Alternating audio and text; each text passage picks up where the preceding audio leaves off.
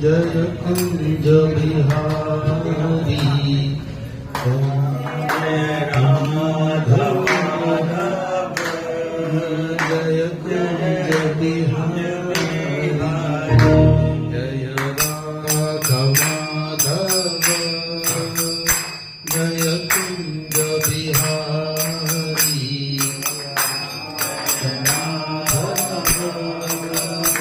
जय कुंज बिहारी गोपीजन वल्लभ गिरिवरधारी गोपीजन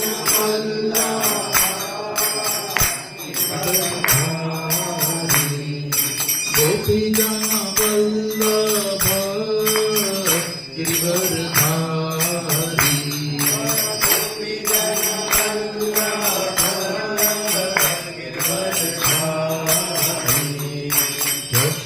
यशोदानंदन व्रज जन रंजन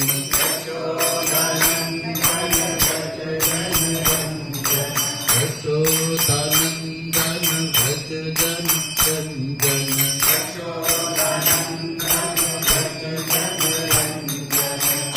यशोदानंदन व्रज जन रंजन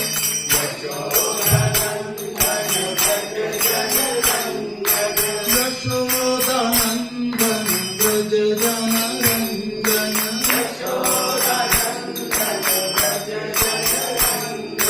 यमुना तीरे बनचारी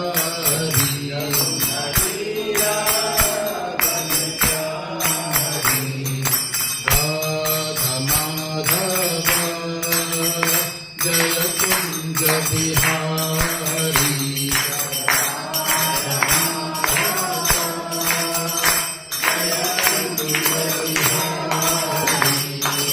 गोपीजन वल्लभ गिरिवरधारी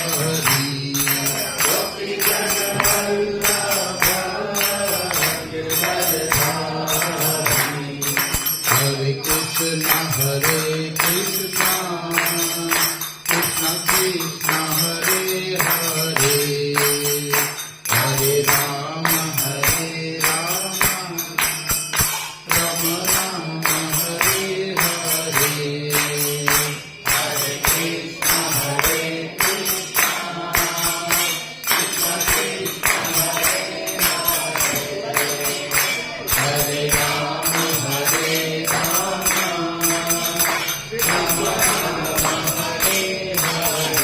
जय राधा माधव राधा माधव राधा माधव श्री राधे जय राधा माधव राधा माधव राधा माधव श्री राधे जय राधा गोपीनाथ राधा गोपीनाथ राधा गोपीनाथ श्री राधे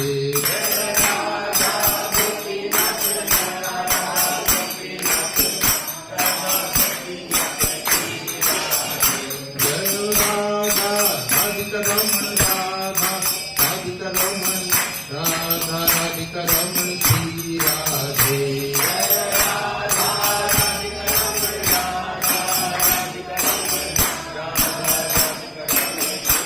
जय गौरनिताय गौरनिताय गौरनिताय जय गौरनिताय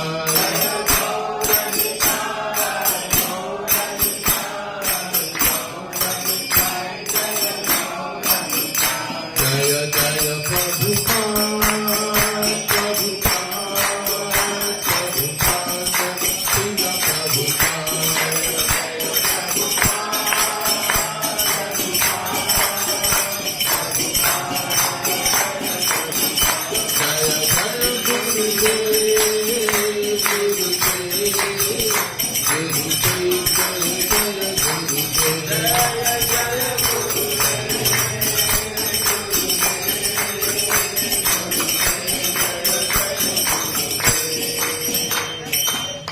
गौर प्रेमानंद हरि हरि बोल।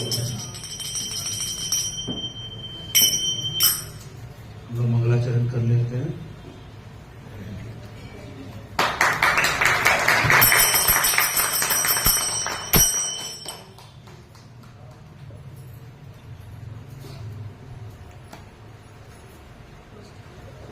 ओम अज्ञानतिमिरान्धस्य ज्ञानाञ्जनशलाकया चक्षुरुन्मिलितं येन तस्मै श्रीगुरुवे नमः। श्रीचैतन्यमनोभीष्टं स्थापितं येन भूतले स्वयं रूप कदा मह्यं ददाति स्वपदान्तिकम्। वन्देऽहं श्रीगुरो श्रीयुतपदकमलं श्रीगुरून् वैष्णवांश्च श्रीरूपं साग्रजातं सर्वगुणात्मिकं संजीवं साद्वैतं सावधूतं परिजनसहितं कृष्णचैतन्यदेवं श्रीराधा कृष्णपादान् ललिता श्रीविशाखान्वितांश्च। हे कृष्ण करुणा सिन्धु दीनबन्धु जगत्पते गोपेश गोपिकान्त राधाकान्त नमोस्तुते। तप्त कांचन गौरांगी श्रीराधे वृंदावनेश्वरी वृषभानुसुते देवी प्रणमामि हरिप्रिये। वाञ्छाकल्पतरुभ्यश्च पतितानां पावनेभ्यो वैष्णवेभ्यो नमो नमः। जय श्री कृष्ण चैतन्य प्रभु नित्यानंद श्री अद्वैत गदाधर श्रीवासादि गौर भक्तवृंद। हरे कृष्णा कृष्ण कृष्ण हरे हरे हरे राम राम हरे हरे। नमो विष्णुपादाय कृष्णपृष्ठाय भूतले श्रीमते भक्तिवेदांत स्वामिनिति नामिने। नमस्ते सरस्वती देवी गौरवाणी प्रचारिणे निर्विशेष शून्यवादी पाश्चात्यदेशकारिणे।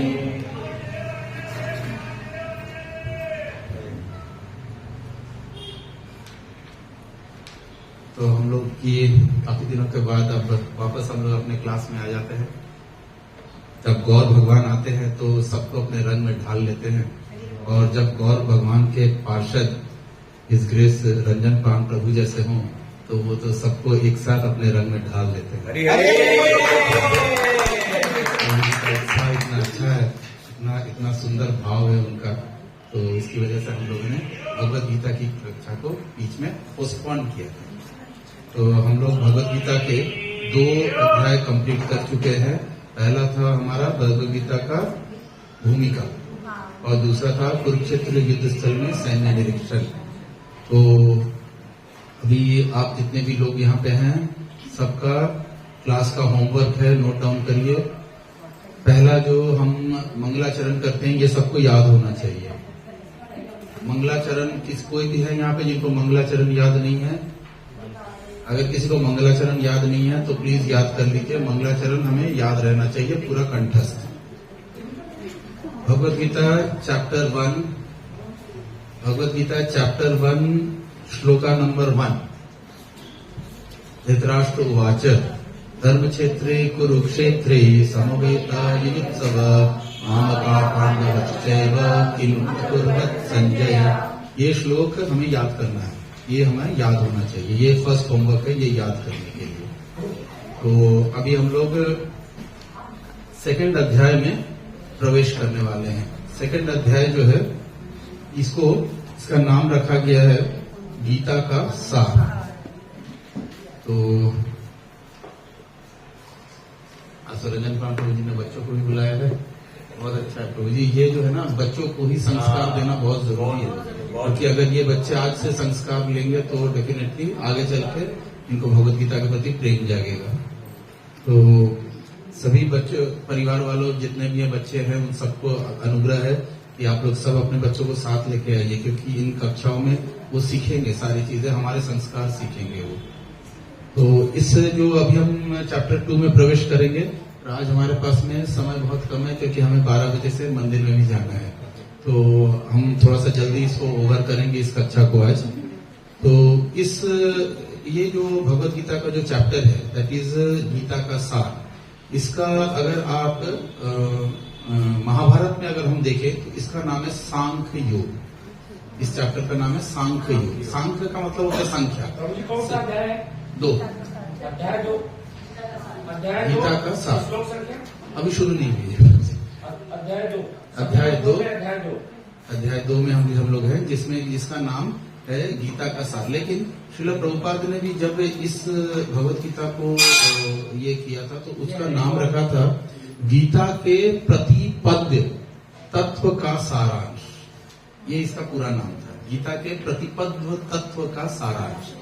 लेकिन सारे भक्तों ने, अब प्रभुपाद के ज्यादातर भक्त तो अंग्रेज थे, तो उन्होंने बोला Prabhupada this is very complicated, ये बड़ा कॉम्प्लिकेटेड सेकंड चैप्टर है, तो आप इसका कुछ सिंप्लीफाई कीजिए। तो प्रभुपाद ने बोला कि ठीक है, साधारण भक्तों के लिए प्रतिपादक तत्व का मतलब है कि पूरा समरी। उन्होंने इसको सिंपल कर दिया, सिंपल करके बोला ठीक है इसका नाम है गीता का सार, ताकि सभी लोग समझ सके, कॉमन लोगों के लिए। तो पर ये जो चैप्टर है ये सबसे इम्पोर्टेंट चैप्टर है पूरे भगवत गीता में। अगर हम लोगों ने दूसरे अध्याय को अच्छे से समझा तो समझ लीजिए कि ये जो चैप्टर है ये जो बिल्डिंग की नींव होती है ना वो है। जिसने इस चैप्टर को समझा उसने पूरी भगवत गीता समझी, और जिसने इस चैप्टर को नहीं ठीक से समझा उसके लिए पूरी भगवत गीता वो कम से कम 100 बार भी पढ़ दे तो कोई फायदा नहीं है। सबसे इंपॉर्टेंट चैप्टर है ये भगवत गीता का। इसमें गीता का सार बोला गया है, जिसमें है कि ये पूरी भगवत गीता में भगवान बोलना क्या चाह रहे हैं, क्योंकि यही एकमात्र चैप्टर है जिसको सांख्य योग के साथ कनेक्ट इसलिए हुआ क्योंकि इसमें संख्या पूर्वक आत्मा का ज्ञान दिया गया है। आत्मा का साइज क्या है, आत्मा का वेट क्या है, आत्मा कहाँ रहती है, आत्मा कैसे ट्रांस माइग्रेट करती है, एक बॉडी से दूसरी बॉडी में कैसे जाती है, ये सारे चीजों का विशद डिस्कशन इसी चैप्टर में है। बहुत बड़ा चैप्टर है, इसमें करीब 72 श्लोक्स है, 72 श्लोक है। लेकिन इस 72 श्लोकों को जैसे इवन जो एकदम जो पारंगत टीचर्स होते हैं वो भी इस चैप्टर को कम से कम 2 या 3 क्लासेस में करते हैं। हमारे शिक्षा गुरु प्रसाद मुकुंद प्रभु जी ने इस चैप्टर को 3 क्लासेस में कंप्लीट किया है। ये बहुत विशद विषय है ये वाला चैप्टर, और इस चैप्टर में को हम बेसिकली 3 पार्ट में डिवाइड करेंगे। पहला पार्ट है 1 से लेके 10 मान लो या 11 तक मान लीजिए। यहां तक है अर्जुन का विषाद, मतलब विषाद का इंग्लिश हुआ डिप्रेशन, दुख, जो भी दुख है अर्जुन का दुख के बारे में बोला जा रहा है। 11 से लेकर 30 तक भगवान ने आत्मा का ज्ञान दिया, यही सांख्य योग है। मतलब आप समझ लीजिए कि 11 से 30 जो है वो जिसको बोलते हैं मेन का भी बहुत इंपॉर्टेंट पोर्शन है। उसके बाद फिर बाकी वाले जो श्लोकाज हैं 72 तक इसी चैप्टर में बाकी डिफरेंट पॉइंट्स को भगवान ने कवर किया है। इसीलिए ये चैप्टर बहुत बहुत इंपॉर्टेंट है और बहुत जरूरी चैप्टर है। तो हम ध्यानपूर्वक इसको पढ़ने का कोशिश करेंगे, समझने का कोशिश करेंगे, जैसे हमारे आचार्यों ने हमें सिखाया है, जैसे उनसे हमने सीखा है, वैसे ही हम इसको पढ़ने का कोशिश करेंगे कि ये क्या है, इसमें क्या बोला जा रहा है इस चैप्टर में।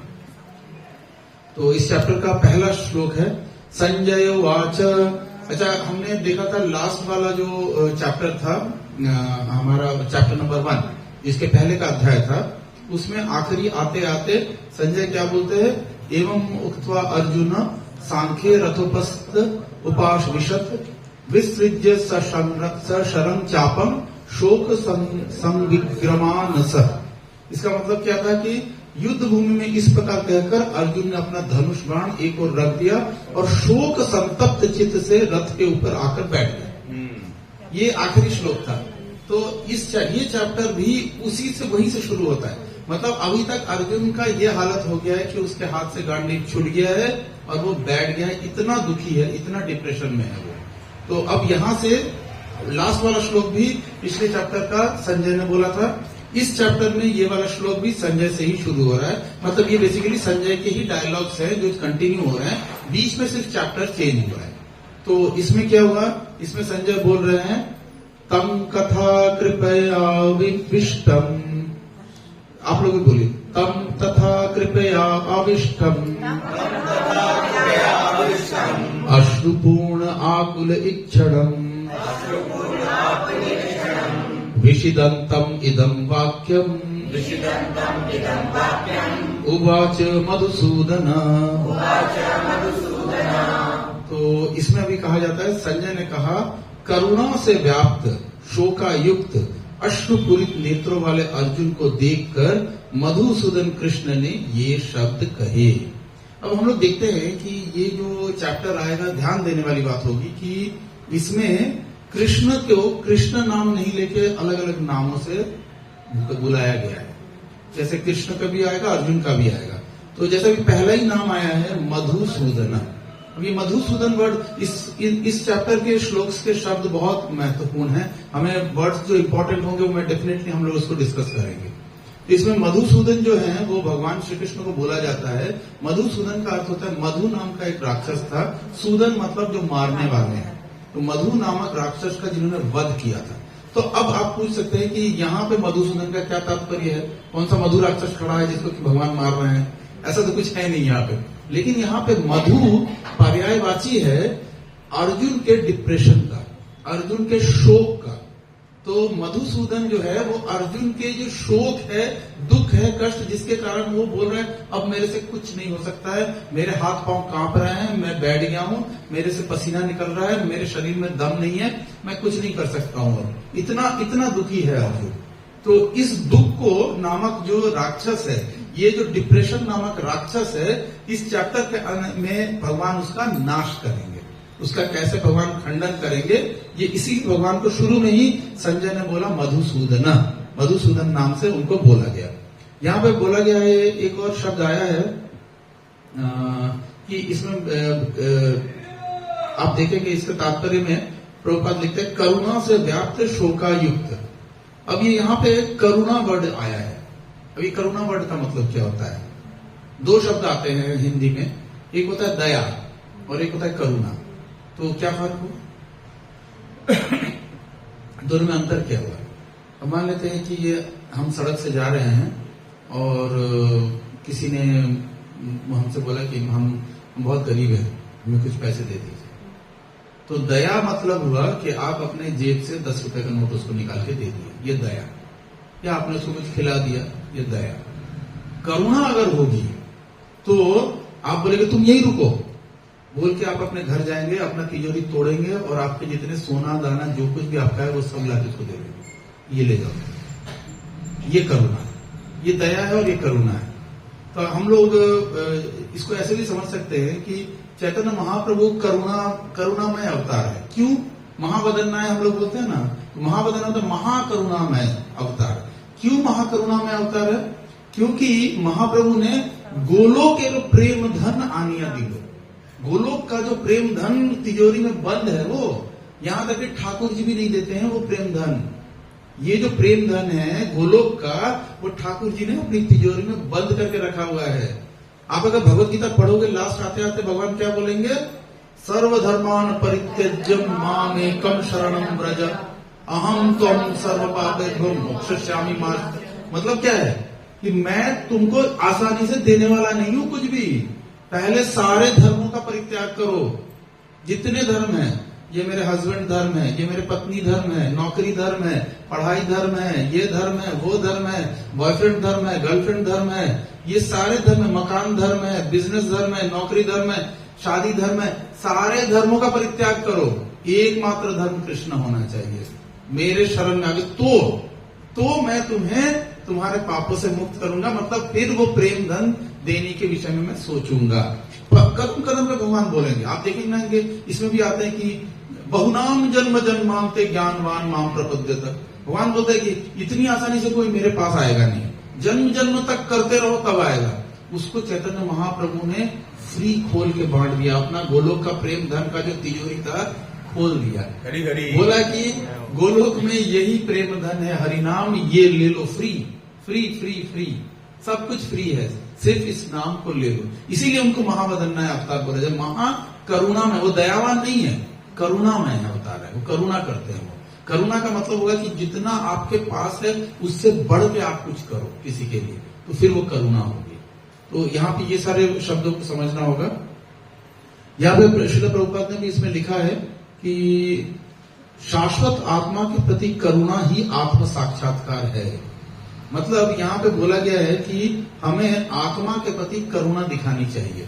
इसका अगर आप प्रभुपाद के तात्पर्य में आप जाएंगे तो देखेंगे सेकंड लाइन में लिख रहे हैं, शाश्वत आत्मा के प्रति करुणा ही आत्म साक्षात्कार है। इसका मतलब है कि आत्मा जो है, हम अपने आत्मा के प्रति करुणावान नहीं है। हम किसके प्रति करुणावान है? हम शरीर के प्रति करुणावान है।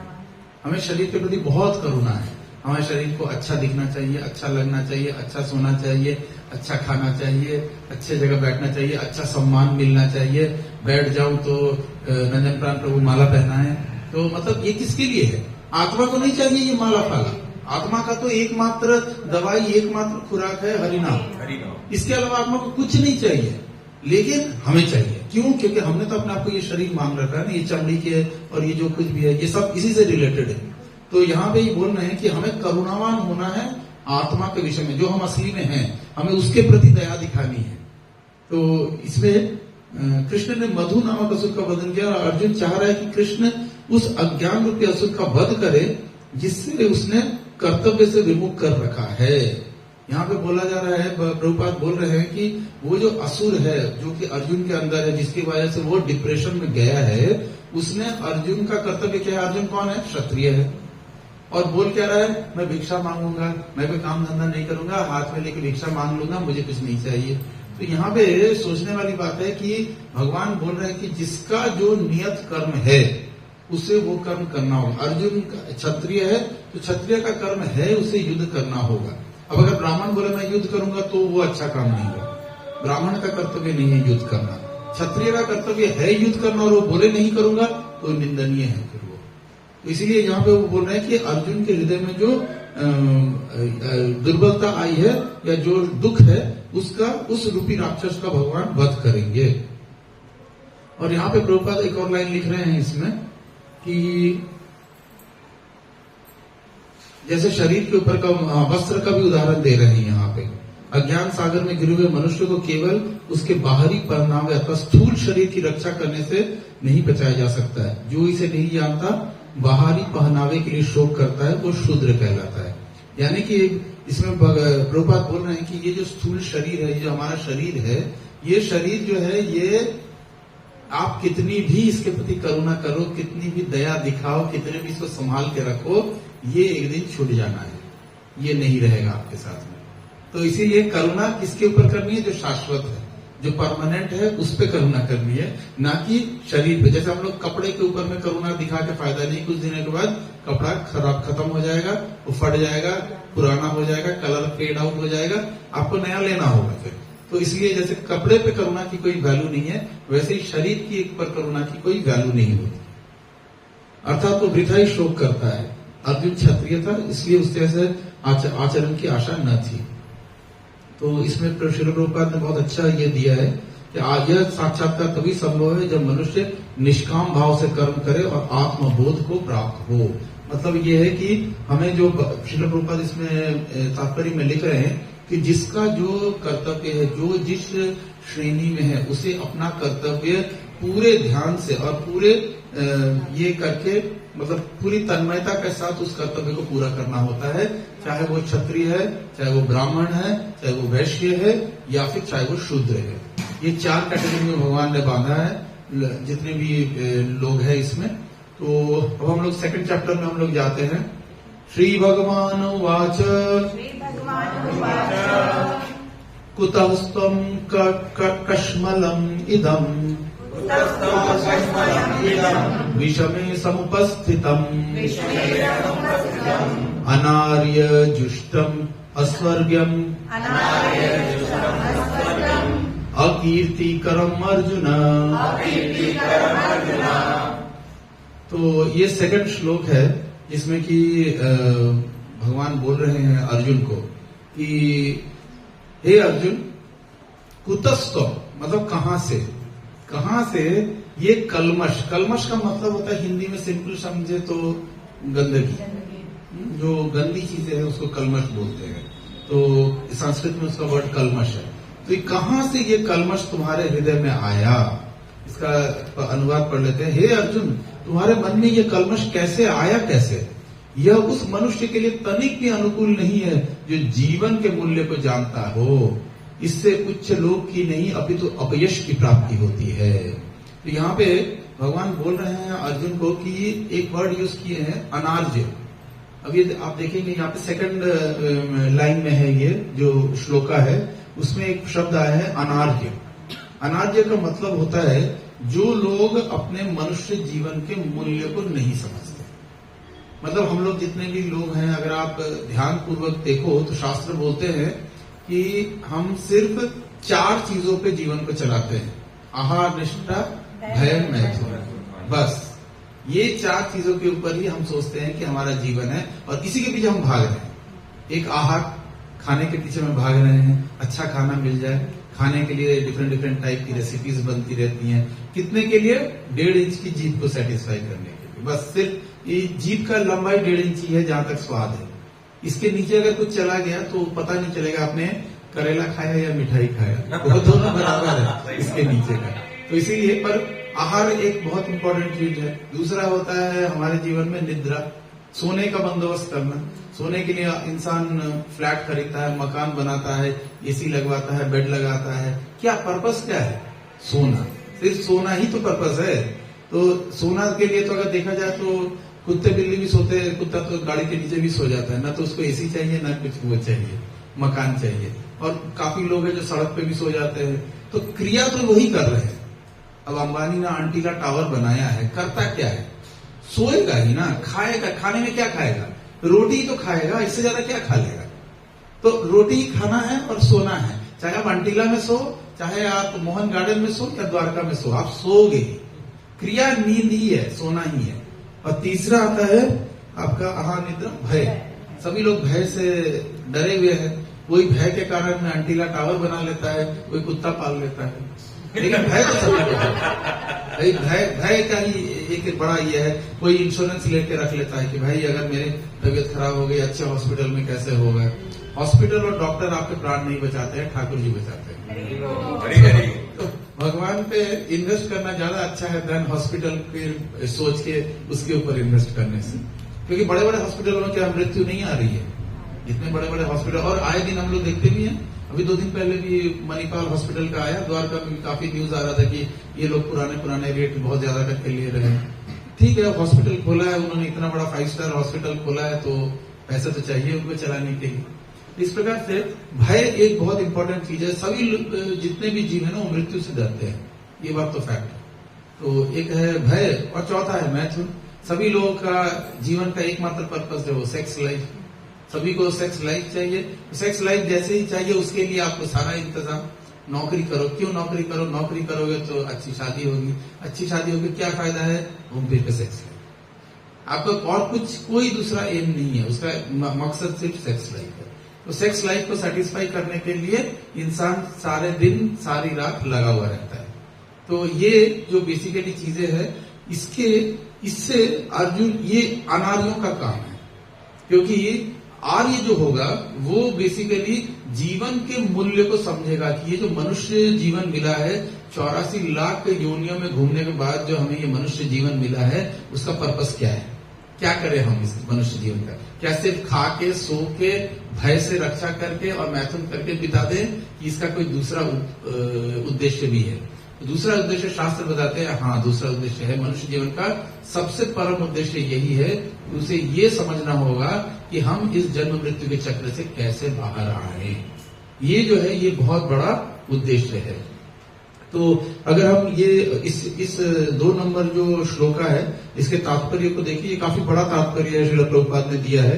तो उसे हम आप लोग सभी घर में जाके एक बार इसको पढ़ेंगे कि ये किसके बारे में क्या क्या ये किया गया है। इसमें श्रील प्रभुपाद ने बहुत सुंदर व्याख्या की है भगवान की। इसमें जैसे हम लोग सारे लोग बोलते हैं भगवान, ये भगवान शब्द का अर्थ क्या है और भगवान शब्द की परिभाषा क्या है। तो ये श्रील प्रभुपाद ने देखेंगे इसमें सेकंड पैराग्राफ में उन्होंने बोला है कि पराशर मुनि यानी व्यास देव के जो पिताजी है। व्यास देव कौन है? जिन्होंने अपने सारे पुराण, सारे वेद और महाभारत इत्यादि ग्रंथों की रचना की, और उनके पिताजी हैं पराशर ऋषि। तो पराशर मुनि ने भगवान का डेफिनेशन दिया है कि भगवान हम किसको बोलेंगे, कौन भगवान है। क्या शिव जी भगवान है? क्या दुर्गा देवी भगवान है? क्या गणेश जी भगवान है? किसके लिए भगवान शब्द इस्तेमाल होगा। तो बोलते क्या है कि 6 तरह के भग का मतलब होता है कि क्वालिटीज, 6 प्रकार के क्वालिटीज हैं जिनमें ये 6 क्वालिटीज असीमित मात्रा में हो, जिसका कोई लिमिट नहीं है, कोई लिमिट नहीं, वो भगवान कहलाने का अधिकारी है, जिसमें ये 6 क्वालिटीज। कौन कौन सी 6 क्वालिटीज है?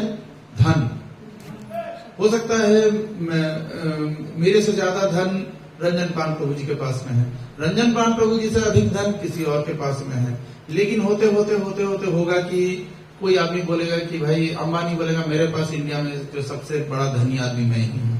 अब उससे ऊपर कोई बोलेगा कि नहीं भाई, बाहर फॉरेन कंट्री का कोई ये बोलेगा, बिल गेट्स बोलेगा भाई तुमसे ज्यादा तो मैं हूँ। उसके ऊपर में अपना इलॉन मस्क बोलेगा कि मैं ज्यादा धनी हूँ। तो ये चलता है कि धनी कौन, आज जो धनी है कल वो गरीब भी हो जाएगा, ये भी फैक्ट है। तो मतलब धन की लेकिन एक लिमिट है सबकी, जितनी भी बोल लो लिमिट है। तो लिमिटलेस धन किसके पास है? वो कृष्ण के पास। कोई भी ऐसा नहीं है भगवान जिनके पास में लिमिटलेस धन है। तो इसलिए पहला आता है धन, दूसरी आती है शक्ति। शक्ति जो है वो ऐसा हो सकता है कि कोई बहुत बॉडी बिल्डर हो, बहुत ज्यादा शक्तिमान हो, तो बोलेगा कि भाई मैं पूरे मोहल्ले का सबसे शक्तिशाली आदमी हूँ। मोहल्ले के शक्तिशाली हो सकते हो, शहर के शक्तिशाली हो सकते हो, देश के शक्तिशाली हो सकते हो। कोई बोलेगा कि भाई मैं हैवी वेट चैंपियन हूँ, मेरे बहुत शक्ति है, मैं कुश्ती लड़ता हूँ उसमें मुझे शक्ति है। लेकिन तुमसे बड़ा शक्तिमान भी कोई है, लेकिन भगवान श्री कृष्ण जो है वो सर्वाधिक शक्तिशाली है, उनसे ऊपर शक्तिशाली कोई है नहीं। क्योंकि भगवान श्री कृष्ण ने अपनी शक्ति का प्रयोग करके दिखाया कि जब 7 वर्ष के थे तो उन्होंने गोवर्धन पर्वत उठा लिया। अब कोई है ऐसा शक्तिशाली आदमी, हमने कभी सुना है कि कोई कितना भी शक्तिशाली हो, बड़ा बॉडी बिल्डर हो, उसको पूरा मेडल मिला हुआ है, लेकिन क्या वो 7 दिन 7 रात तक एक पर्वत उठा के रख सकता है? अरे पर्वत छोड़ दो, 7 भगवत गीता उठा के नहीं रख सकेगा, कितना भी शक्तिशाली आदमी है। उसके हाथ में बोलो मैं तुमको 7 भगवत गीता देता हूँ, ऐसा करके पकड़ के खड़े रहो, एक नहीं रख सकते। एक प्रभु जी सही बोल रहे हैं, एक हाथ को भी नहीं रख सकते, अपने हाथ को एक कभी कोशिश करना हाथ कितने देर तक हम उठा के रख सकते हैं। सही बात। कुछ देर के बाद ना हरि बोल अभी लोग ऋषि करते हैं, अभी समाप्त नहीं हुआ, अभी और होना है ना, ठीक है हरि बोल चलता है। तो हम देख सकते हैं कि भगवान ने शक्ति का जो मतलब एग्जाम्पल दिया, वो भी 7 साल की उम्र में, वो भी सबसे छोटी उंगली के नाखून पे, नक धरियो गिरिधारी, नाखून पे गिरिधर को धारण किया, नीचे हाथ नहीं लगाया, ऐसे नहीं, ऐसे करना है, और सिर्फ रखना ही नहीं है, मुस्कुराना तो है। मुस्कुरा रहे हैं, आपने देखा भगवान कभी हम यहाँ पे बॉडी बिल्डर लोग और वेट लिफ्टर लोग उठा रहे भगवान ऐसे उठा के ऐसे करके हंस रहे हैं, गोपियों के साथ मुस्कुरा रहे हैं, सारे लोगों को देख रहे हैं, जितने गोप वृंद है उसके तरफ देख के मुस्कुरा रहे हैं। तो मुस्कुराना भी है, हाँ। और अगर चांस मिले तो बांसुरी भी बजा रहे हैं, सभी को आनंद तो सोचो भगवान, मतलब इसका मतलब सुनने में ऐसा लगता है कि ये जो इतना विशाल पर्वत उन्होंने उठा रखा है, वो कोई पर्वत नहीं हो सकता, ये कोई पेपर वेपर है ऐसे पकड़ के रखे हुए। तो ऐसा ट्रायंगल शेप का किसी ने पेपर का बनाया हुआ है, वो पेपर को ऐसे फेविकॉल से चिपका के उठा के रखे हुए।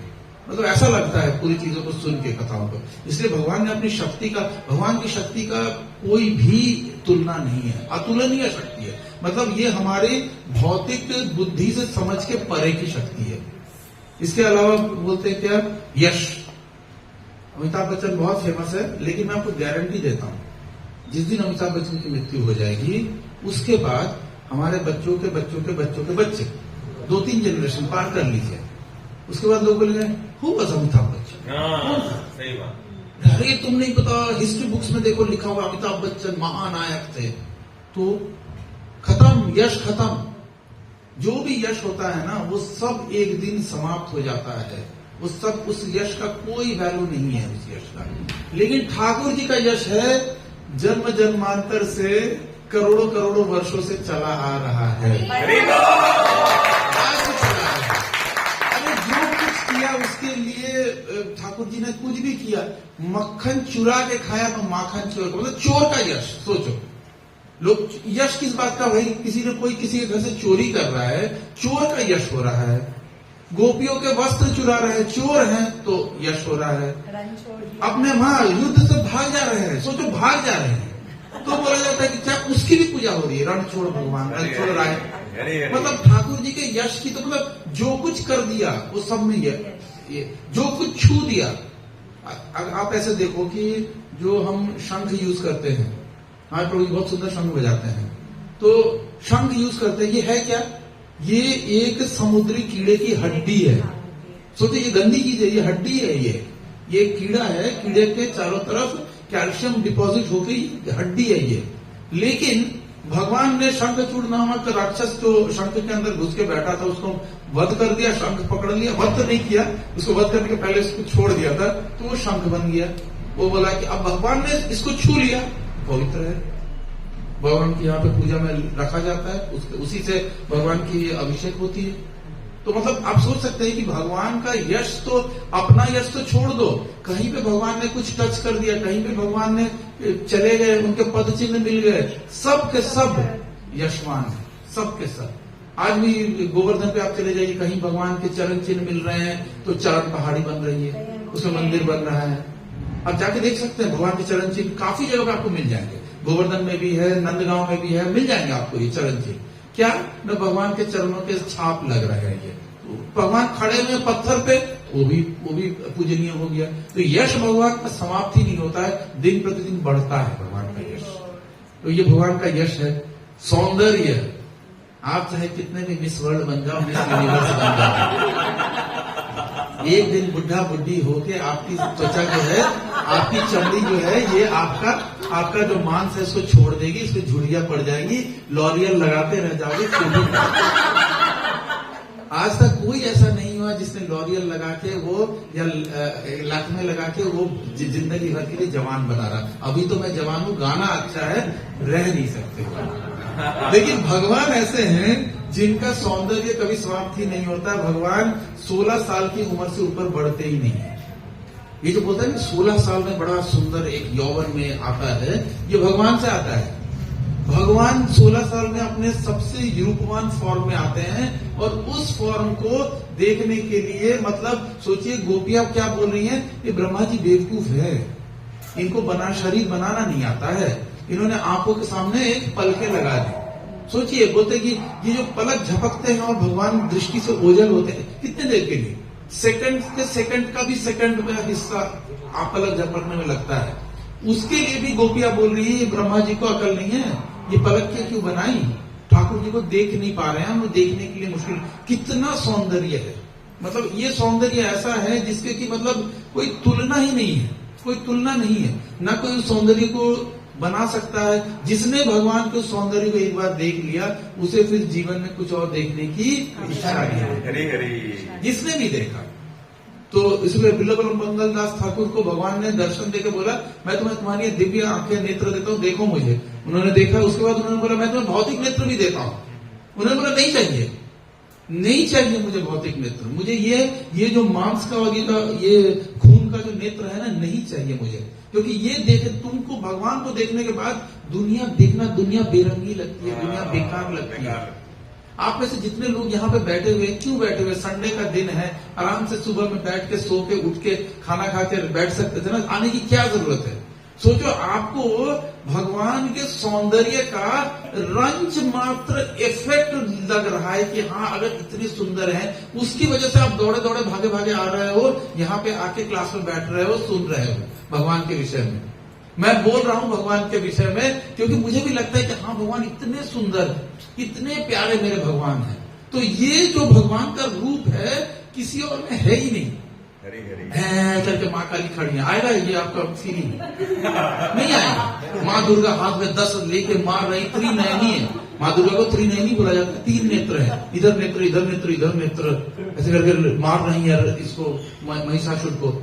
आपको आएगा ही नहीं वो भाव, वो सुंदरता है ही नहीं। हमारे भगवान कुछ नहीं कर रहे हैं, टेढ़े खड़े हैं, हाथ में बांसुरी लेकर राधा रानी के साथ में। इतना मधुर दृश्य, इतना मधुर दृश्य, इतने सुंदर है भगवान कि उनके तरफ से नेत्र हट नहीं सकते। गोपियां दिन भर भगवान के आने, वापस गोचारण से वापस आने की प्रतीक्षा करती रहती थी। कब भगवान आएंगे, कब भगवान आएंगे, कब भगवान आएंगे, कब कृष्ण आएंगे, कब देख सकेंगे, कब देख सकेंगे। वो भी कैसा रूप जिसमें कि पूरे ऊपर से नीचे तक धूल और गोबर की धूल से सने हुए हैं। सोचो वो मतलब हमारे यहाँ पे कोई बच्चा अगर खेल के आता तो उसकी माता क्या बोलती है, चलो चलो चलो नहाने चलो, नहाने चलो, नहाने चलो। गोपियों को कोई नहलाने का टेंशन नहीं है, उनको वो रूप भी बड़ा पसंद है। हरी हरी वो आरती करने के लिए आरती कर रहे, वेट कर रहे, भगवान कब आए कब आए। गो धूली से गोचारण करके भगवान आ रहे हैं, धूल धूसरी पूरे धूल से भरे हुए हैं, उसमें से बीच में से भगवान आ रहे हैं, उसको देखने के लिए गोपियां पागल हुई जा रही है। मतलब कुछ तो है ना भाई रूप, ऐसा रूप है वो। अगर आप भौतिक वे में सोचोगे तो कभी समझ ही नहीं पाओगे। बोले कि हम लोगों ने तो रूप का, सौंदर्य का भौतिक समाज में क्या ये है, गोरा। लोग भगवान ने एस्टैब्लिश कर दिया उल्टा। श्याम सुंदर है तो काले हैं, सोचो गोरे होते तो क्या होता। हमने तो बना रखा है ना कि भगवान सुंदरता का हम लोग बोलते हैं ना, भाई बड़ा सुंदर है, गोरा चिट्टा एकदम। अरे गोरे चिट्टे नहीं, हमारे भगवान तो काले हैं, उस पे ये सौंदर्य है। अगर सामने अगर भगवान गोरे होके आते तो सोचो, गौर सुंदर आते हैं तो लोग पागल हो जाएंगे, इतने सुंदर भगवान है। तो इस प्रकार से सौंदर्य है। उसके बाद है ज्ञान। ज्ञान जो है ये भी बड़ा इंपॉर्टेंट फैक्टर है। ज्ञानी बहुत सारे लोग हो सकते हैं, किसी को इंजीनियरिंग का ज्ञान हो सकता है, किसी को डॉक्टरी का ज्ञान हो सकता है, किसी को बिजनेस का ज्ञान हो सकता है, किसी को मैनेजमेंट का ज्ञान हो सकता है, किसी को खेल कूद का ज्ञान हो सकता है, किसी को संगीत का ज्ञान हो सकता है, डिफरेंट ज्ञान हो सकता है। किंतु क्या ये कोई बोल सकता है कि मुझे सारे ज्ञान पूर्ण वे में आते हैं, सब ज्ञान है? ऐसा कुछ भी नहीं है जिसका कोई ज्ञान नहीं है मेरे पास। तो ये बोलने की जो हिम्मत है वो सिर्फ ठाकुर जी की है। ठाकुर जी ये बोल सकते हैं कि हाँ संपूर्ण ज्ञान है मुझे। तो ये ठाकुर जी की एक विशेषता है कि, और जो ज्ञानी है भी वो ज्यादा से ज्यादा अपने जीवन के बारे में या सामने वाले के जीवन के बारे में बता सकते हैं, लेकिन भगवान आपके जन्म जन्मांतर, आपके जितने जन्म हुए उन सब के विषय में जानते हैं भगवान। वो सब ज्ञान है भगवान को, सारे विद्याओं का ज्ञान है। डॉक्टरी हो, इंजीनियरिंग हो, नेचर हो, आपका स्पोर्ट्स हो, संगीत हो, मतलब कोई ऐसा फील्ड ही नहीं है जिसका ज्ञान नहीं है भगवान को। भगवान को सारे ज्ञान है। और आखिरी होता है त्याग। त्याग जो है ये भी भगवान में कूट के भरा हुआ। इतना सब कुछ होते हुए भी, इतना ये करने के बावजूद भी, इतना यश, इतना सौंदर्य, इतना धन, ये सब कुछ होते हुए भगवान त्याग सकते हैं, सबको त्याग सकते हैं। भगवान ने इतना प्रेम गोपियों का त्याग के 100 वर्षों के लिए वृंदावन का त्याग कर दिया। सब कुछ होते हुए भी भगवान सबसे अलग है। ये कुछ भी चीजें भगवान को प्रभावित नहीं करती है। श्रीमती राधा रानी को त्याग के रासलीला के बीच से गायब हो जाते हैं। सोचो, श्रीमती राधा रानी तो उन्हीं की अंतरंग शक्ति है, उनकी आह्लादिनी शक्ति है। उस राधा रानी को भी भगवान त्याग सकते हैं। भगवान त्याग सकते, क्या त्याग दिए? त्याग दिए। जब राधा रानी के मन में विचार आया कि मैं दूसरे गोपियों से श्रेष्ठ हूं, एक पल के लिए ये विचार आया, भगवान अदृश्य हो गए, रास से अदृश्य हो गए। भगवान उनको भी त्याग सकते हैं। तो ये 6 के 6 को भग कहा गया है।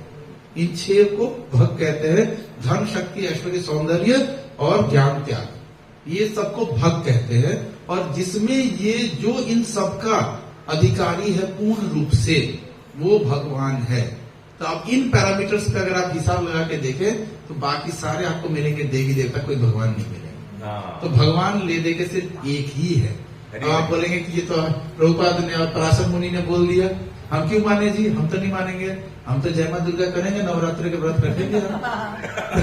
तो उसके लिए थोड़ा सा शास्त्र में भी, प्रभुपाद ने बहुत सुंदर शास्त्र में भी वर्णन किया है कि जो इस सृष्टि के सबसे बुद्धिमान जीव हैं ब्रह्मा, वो ब्रह्मा जी अपने ब्रह्म संहिता में बोल क्या रहे हैं, ईश्वर परमा कृष्ण सच्चिदानंद विग्रह अनादि आदि गोविंदम सर्व कारण कारणम। अब ये ब्रह्मा जी बोल रहे हैं, ये कोई छोटा मोटा आदमी नहीं बोल रहा है। मेरे जैसा आदमी यहाँ पे बैठ के नहीं बोल सकता है ये चीज, ये ब्रह्मा जी बोल रहे हैं, जो कि इस समस्त संसार में सारे जीव जो आज अपने आप को बुद्धिमान समझते हैं, उन सबके पिता हैं, उनको उन्होंने पैदा किया है। तो ऐसे ब्रह्मा जी जिनके 4 मुख है, वो ये बात बोल रहे हैं, ईश्वर परम कृष्ण। कृष्ण ही परम भगवान है और कोई भगवान नहीं है। और क्या बोल रहे हैं? सच्चिदानंद विग्रह, सच्चिदानंद उनका जो शरीर है, कृष्ण का जो शरीर है, वो हमारे जैसे ये हड्डी, खून, मांस, इन सब चीजों का नहीं बना हुआ है। कृष्ण का शरीर बना हुआ है 3 चीजों का। सत, सत मतलब इटर्नल, मतलब वो कभी समाप्त नहीं हो सकता है, ये एक शक्ति है। चित्त, चित्त भी है, मतलब संपूर्ण ज्ञानी है वो, उनको सब चीजों का ज्ञान है। और आनंद, वो हमेशा आनंद में रहते हैं, हमारे जैसा नहीं कभी सुख कभी दुख, हम आनंद में रहते ही नहीं, हम सुख या दुख में रहते हैं। तो हमारे शिक्षा गुरु प्रशांत प्रभु जी बोलते हैं, यहाँ पे हाथ रख के देखो, अंदर में क्या लगेगा, आवाज आएगी, दुख दुख दुख दुख दुख। ये क्या है? दुख दुख दुख दुख, दुखी है, दुखी है, अंदर भी दुखी है। तो हम लोग सब दुखी ही हैं, भले सामने से लगे कि हम बड़े खुश हैं। आपको लगेगा कि आप बहुत खुश हो, हम थोड़ा बहुत घूम लेंगे तो हम खुश हो जाएंगे, हम दोस्तों के साथ घूमेंगे तो खुश हो जाएंगे, मूवी देखेंगे तो खुश होंगे। कुछ खुश नहीं होंगे आप, कुछ देर के लिए खुश होते हैं, उसके बाद ये खुशी समाप्त हो जाती है। तो यहाँ पे उन्होंने श्रील प्रभुपाद ने भी ये श्लोक बोला है, होमवर्क नंबर 2, ये श्लोक सबको याद करना है। ईश्वर परम कृष्ण सच्चिदानंद विग्रह अनादिरादि गोविंद सर्वकारण। क्यों करना है? क्योंकि जब हम यहाँ पे ये सारी चीजें सीख रहे हैं तो हमारे पास बोलने की क्षमता होनी चाहिए, क्योंकि बाहर आप जाएंगे तो आपको लोग बोलेंगे, अच्छा तिलक लगा के घूम रहे हो, इस्कॉन वाले हो, इसीलिए कृष्ण कृष्ण कर रहे हो। आपको पटाख से बोलना है, हम नहीं बोल रहे हैं, ब्रह्मा जी बोले हैं। ये देखो तो इसलिए श्रील प्रभुपाद के सैनिक है ना हम लोग, हमें श्रील प्रभुपाद के सैनिक हैं तो हमें काटना तो होगा बहुत। ये मेरी बड़ी डॉटर है, यहाँ पे बैठी, आज पहली बार यहाँ क्लास में आई है। ये अपने हॉस्टल में लड़ती है, लोगों से लड़ जाती है, उसके बाद फिर मुझे फोन करके पूछती है, उसने ऐसा बोल दिया, मैं क्या आगे बोलूं। पर कम से कम लड़ने के लिए तैयार होगा। हमें दुनिया के लिए नहीं लड़ना है, अपने पड़ोसी के लिए नहीं लड़ना है, किसी और के लिए लड़ाई झगड़ा नहीं करना है। लेकिन अगर किसी ने कृष्ण वैष्णवों के बारे में कुछ बोला तो आपके पास हथियार होना चाहिए, आपको रुकना नहीं, चुप नहीं होना है तब तो। क्योंकि इसमें बोला, शास्त्र बोलते हैं कि अगर आप सह गए, किसी ने आपको बोल दिया भगवान कृष्ण ऐसी बकवास है, आप लोग तो कुछ आता जाता नहीं, आप लोग तो इस्कॉन वाले हो ना, इसीलिए कृष्ण कृष्ण करते, और आप चुपचाप सुन के आए तो अपराध हो गया। फिर उस अपराध का दंड क्या है? मृत्यु भी है। आपको जाके कूद के प्राण देने हैं, आत्महत्या करनी है, आपको प्रेत बन के रहना है। क्यों? क्योंकि आपने ऐसा अपराध कर दिया कि वैष्णव की निंदा आपको नहीं सहनी है। अपनी निंदा कर दे, मुझे कोई गाली देते, कुछ बोल दे, सह लो चुपचाप, मुझे कोई थप्पड़ मार दे, सह लो चुपचाप, मेरा अपमान कर ले, सह लो चुपचाप। लेकिन आपके सामने कोई वैष्णव खड़ा है, देखो धोती कुर्ता पहन के शो ऑफ करता है, दिखाता रहता है, उसका अपमान अगर किया, पटाख से आपको बोलना होगा। फिर आप चुप नहीं रहता तो उसका प्रतिकार करना होगा, क्योंकि ये कर्तव्य हो जाता है वैष्णव का। तो इसलिए इसमें ये श्लोक सबको याद रखना चाहिए। इसके बाद एक और श्लोक है, होमवर्क नंबर 3, उसको भी याद करना है, क्योंकि वो श्लोक और ये श्लोक एक दूसरे के पूरक है।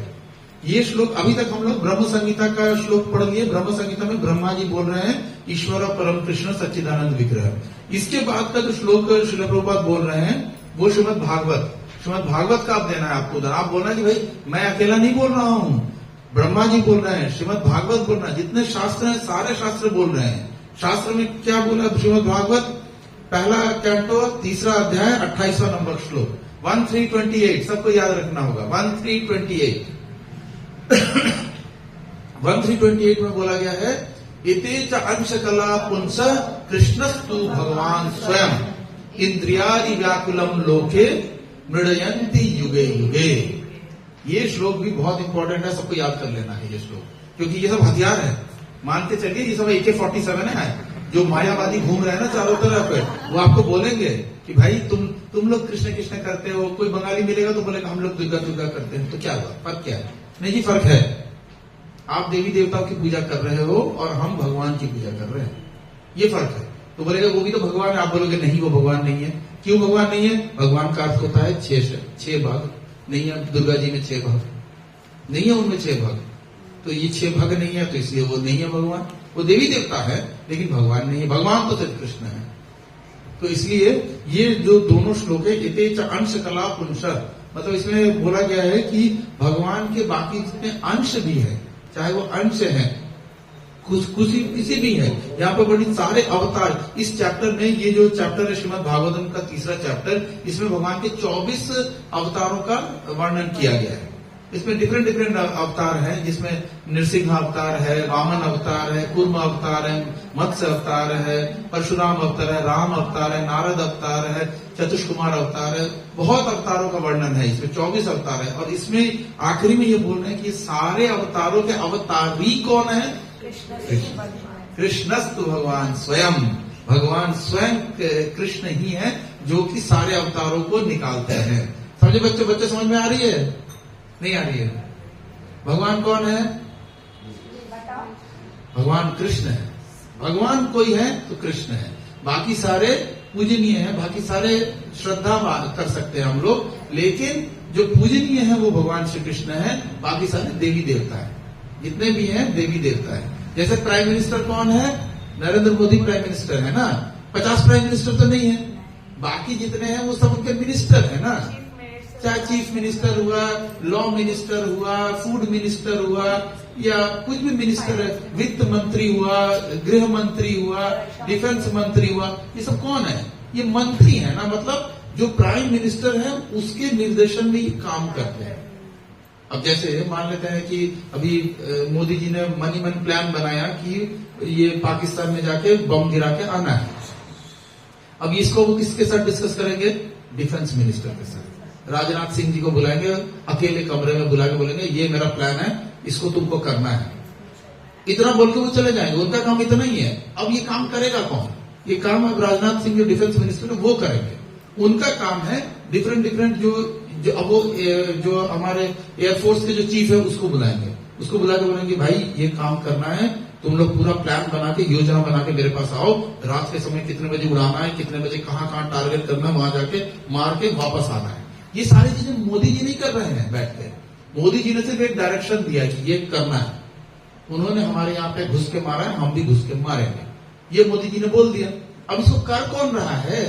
तो सारे बराबर के स्टेज पे नहीं है। एक ऑर्डर देने वाला है और बाकी सब ऑर्डर पालन करने वाले हैं। कृष्ण ऑर्डर देने वाले हैं, बाकी जितने देवी देवता हैं वो सब कृष्ण के ऑर्डर को पालन करने वाले हैं। चाहे वो शिव जी है, चाहे वो ब्रह्मा जी है, चाहे वो दुर्गा जी है, चाहे वो गणेश जी हैं, जितने भी भगवान हैं ये सब देवी देवता हैं। ये सब जो है बहुत अच्छे हैं और बहुत श्रद्धा के स्थान पे रखा जाता है, सम्मानीय है। इनको सबको सम्मान करना, इसका मतलब ये नहीं कि इनको सम्मान नहीं करना है। अब आप कहीं से जा रहे हो, दुर्गा जी का है, शिव जी का मंदिर है, हम तो नहीं जाते, अरे अपराध हो जाएगा, फिर अपराध हो जाएगा। शिव जी परम वैष्णव है, आप वैष्णव का अपमान नहीं कर सकते हो शिव जी को। लेकिन ये समझना होगा कि शिव जी जो है वो कृष्ण के ही आदेशों का पालन कर रहे हैं। शिव जी के पास भी हम जाएंगे तो उनको प्रणाम करके यही बोलेंगे कि आप परम वैष्णव हैं, जैसे आप भगवान की भक्ति करते हैं हमें भी आशीर्वाद दीजिए, हम भी भगवान की भक्ति कर सके। देवी दुर्गा के पास जाना है, जाके उनसे यही आशीर्वाद मांगना है कि माँ जैसे आप परम वैष्णवी हैं, हमें भी आशीर्वाद दीजिए कि हम भी भगवान की भक्ति कर सके, हम भी वैष्णव बन सके। ये मांगने की चीजें हैं भगवान जितने देवी देवता है। तो ये सारी चीजें समझनी होंगे। ये दोनों श्लोक आप लोगों को याद कर लेना है। नेक्स्ट क्लास में इसको सुना जाएगा। तो जी 11:30 हो गया, 12 बजे से मंदिर है, तो थोड़ा सा और कर लेते हैं। इसके बाद एक और श्लोक ले लेते हैं इसमें हम लोग नहीं, इस एक और श्लोक ले लेते हैं थोड़ी सी। क्लब्यम मास्म, अब हम लोग तीसरे श्लोक पे हैं। क्लब्यम मास्म गमः पार्थ न एतत्त्वयुपपद्यते क्षुद्रं हृदय दौर्बल्यम त्यक्त्वा उत्तिष्ठ परन्तप। ये श्लोक में देखिए भगवान मतलब कैसे अर्जुन को जोश दिला रहे हैं, जोश दिला रहे हैं। इसमें सबसे पहला शब्द है क्लैब्यम। क्लैब्यम का अर्थ है नपुंसक। नपुंसक का मतलब एक स्त्रीलिंग होता है, एक पुल्लिंग होता है, एक नपुंसक लिंग होता है। मतलब सोचो कि किसी को मतलब अगर कोई वैसे भी अगर किसी को नपुंसक बोल दो ना तो गुस्सा हो जाता है। क्या बोला? जब कोई इसको मतलब एज अ गाली यूज करता है, गाली के फॉर्म में लेता है। तो भगवान उसके हृदय को, अर्जुन को झकझोर रहे हैं कि तुम नपुंसक हो क्या, तुम नपुंसक जैसी बातें कर रहे हो। मतलब जैसे बहुत समय आप देखते हो कि माताएं भी अपने प्रभुओं को जोश दिलाने के लिए क्या बोलती हैं, तूने चूड़ी पहन रखी है क्या? बस प्रभु जी तुरंत क्या कहा, किसने क्या किया बताओ, मैं अभी बताता हूं। तो क्या होता है, ये शब्दों से ना जोश आ जाता है, तुरंत जोश आ रहा है।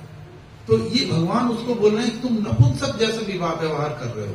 तो यहाँ पे भगवान जोश दिला रहे हैं अर्जुन को कि उठो, ये क्या नपुंसकों वाली बातें कर रहे हो।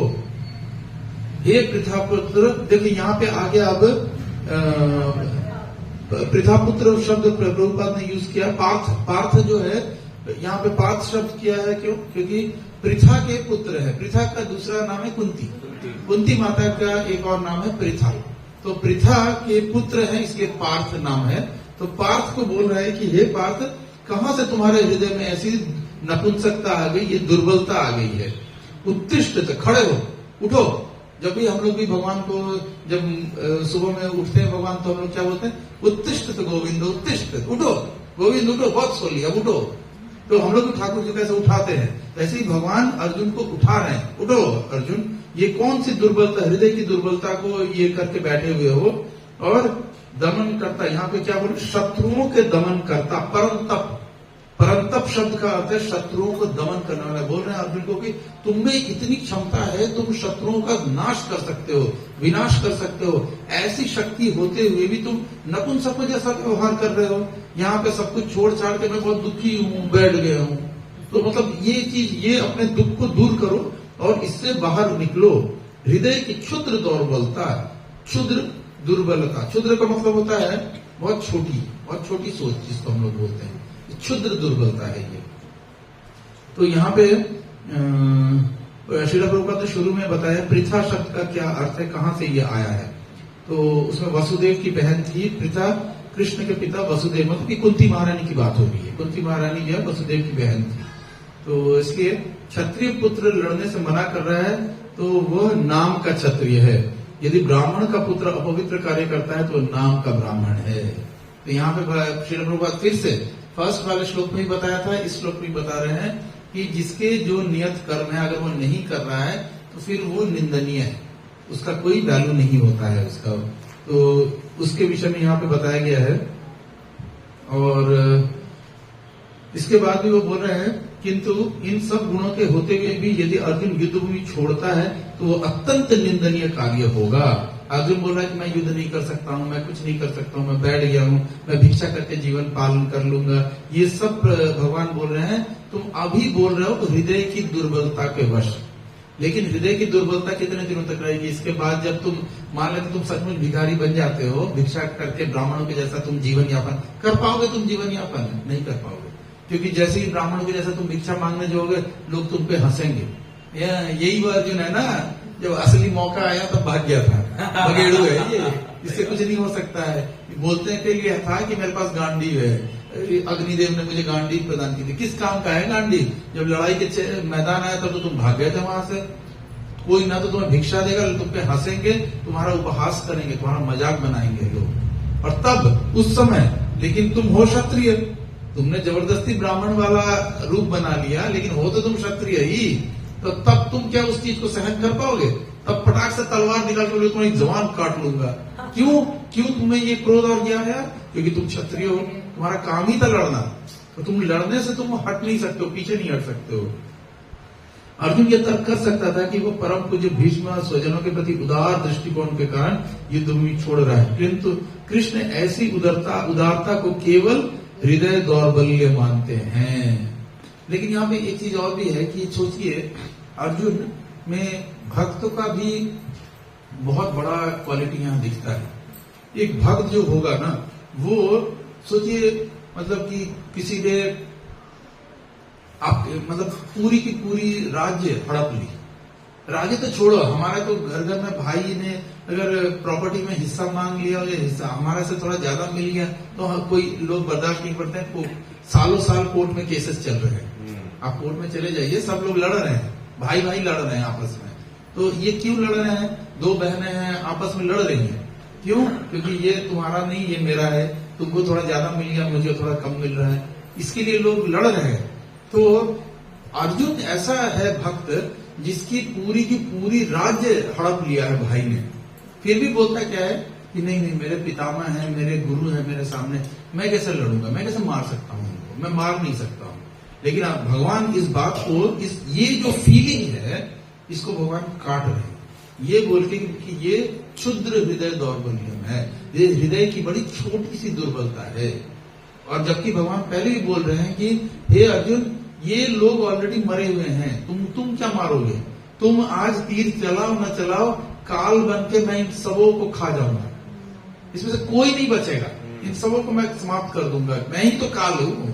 भगवान आगे बोले कि कालो अस्मि, मैं ही काल हूं, मैं सबको समाप्त कर दूंगा यहाँ पे। तो तुम कौन सी, तुम तो सिर्फ निमित्त बनो। एक श्लोक आएगा, निमित्त भव सबके साथ, उसे बोलते कि तुम तो निमित्त हो, तुम सिर्फ निमित्त का मतलब you are just a cause, तुमको सामने खड़ा किया गया है, तुम्हारे हाथों से भगवान मरवा रहे हैं बस, ताकि इसके बाद आने वाली पीढ़ियां जितनी भी करोड़ों करोड़ों वर्षों तक अर्जुन का यश होगा। भगवान अपने भक्तों का यश चाहता है। आपको क्या लगता है भगवान श्री राम पुल नहीं बना सकते थे क्या? मतलब कोई सोचने वाली बात है, भगवान श्री राम पुल नहीं बना सकते हैं क्या? एक तीर मारेंगे पुल बन जाएगा, अरे एक तीर मारेंगे समुद्र सूख जाएगा समुद्र, पुल की तो बात ही छोड़ दो। ऐसा दिखा रहे हैं कि ओहो मैं कैसे करूं, पुल के लिए सोच रहे हैं कैसे पुल बनेगा, क्या होगा। कोई सामने से बोल रहा है नल नील को पता होगा कैसे पुल बनना है, उनको पता है, उन्होंने बोला हाँ इसे पत्थर ला के गिराने से ऐसे करके हम पुल बना सकते हैं इसके ऊपर में। सोचो कौन बोल रहा है और कौन चुपचाप बैठा हुआ है जिसको सब कुछ पता है।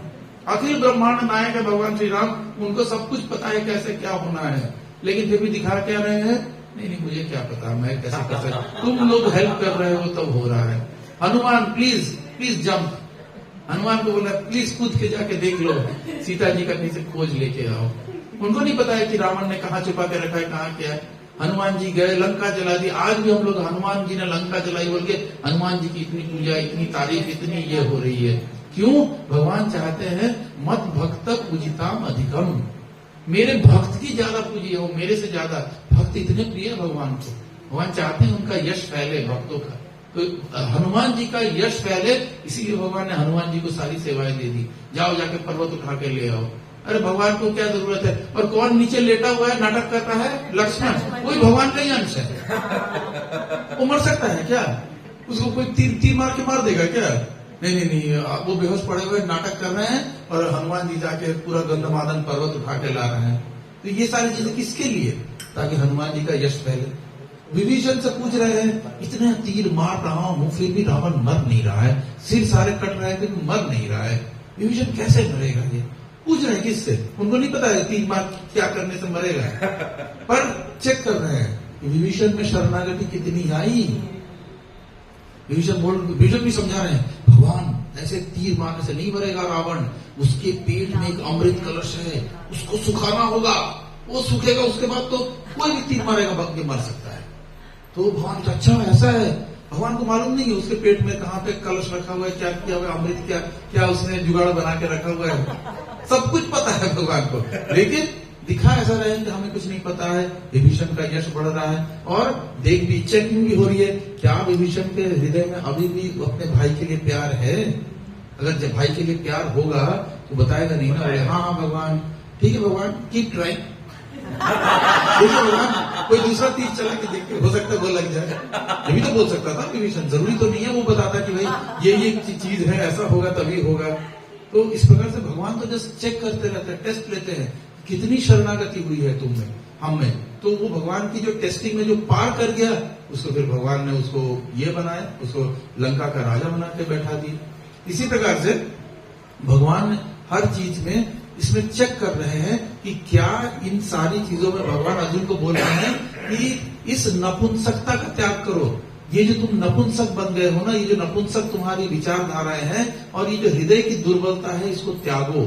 ये जो तुम्हें दर्द हो रहा है ना कि सामने में मेरे पितामह, मेरे दादाजी खड़े हैं, मेरे गुरु खड़े हैं और ये खड़े हैं, लेकिन इन सब का त्याग करके तुमको युद्ध करना होगा। क्यों? क्योंकि तुम क्षत्रिय हो, तुम्हारा कर्तव्य है युद्ध करना। अभी जैसे हमारे यहाँ हम लोग सभी लोग क्षत्रिय बन जाते हैं। अभी बांग्लादेश में इस्कॉन मंदिर पे हमला हुआ तो सारे लोगों ने बोल दिया इस्कॉन में तो खाली हरे कृष्ण करने से थोड़े होगा, शस्त्र उठाओ, शास्त्र छोड़ के शस्त्र उठा लो, सारे लोग शस्त्र उठा लो। भगवान बोल रहे हैं कि ना, शस्त्र नहीं उठा सकते तुम। अगर तुम ब्राह्मण हो, शस्त्र तुम उठाना तुम्हारा कर्तव्य नहीं है, तुम नहीं उठाओगे शस्त्र।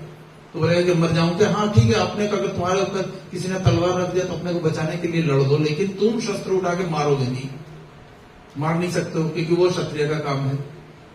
तो उसके बाद जो शूद्र है, शूद्र शस्त्र नहीं उठा सकता है, उसका काम है बाकी तीनों जो वर्ण है उनको सेवा करना, वो सेवा ही करेगा। वैश्य जो है वो शस्त्र नहीं उठाएगा, वैश्य का काम है बिजनेस करना, गोरक्षा करना और कृषि करना। कृषि, गोरक्षा, वाणिज्य, भगवान ने बोला वैश्य का 3 काम है, भगवत गीता में आएगा, अभी हम लोग आगे का चैप्टर्स जाएंगे। तो हर एक का काम फिक्स किया भगवान ने, लेकिन हम लोग क्या करते हैं, हम लोग सबका काम खुद करना चाहते हैं। क्यों? अभी कुछ बाहर में तूने यहाँ पे पार्किंग में बाइक क्यों लगा दी? क्या बोला तूने?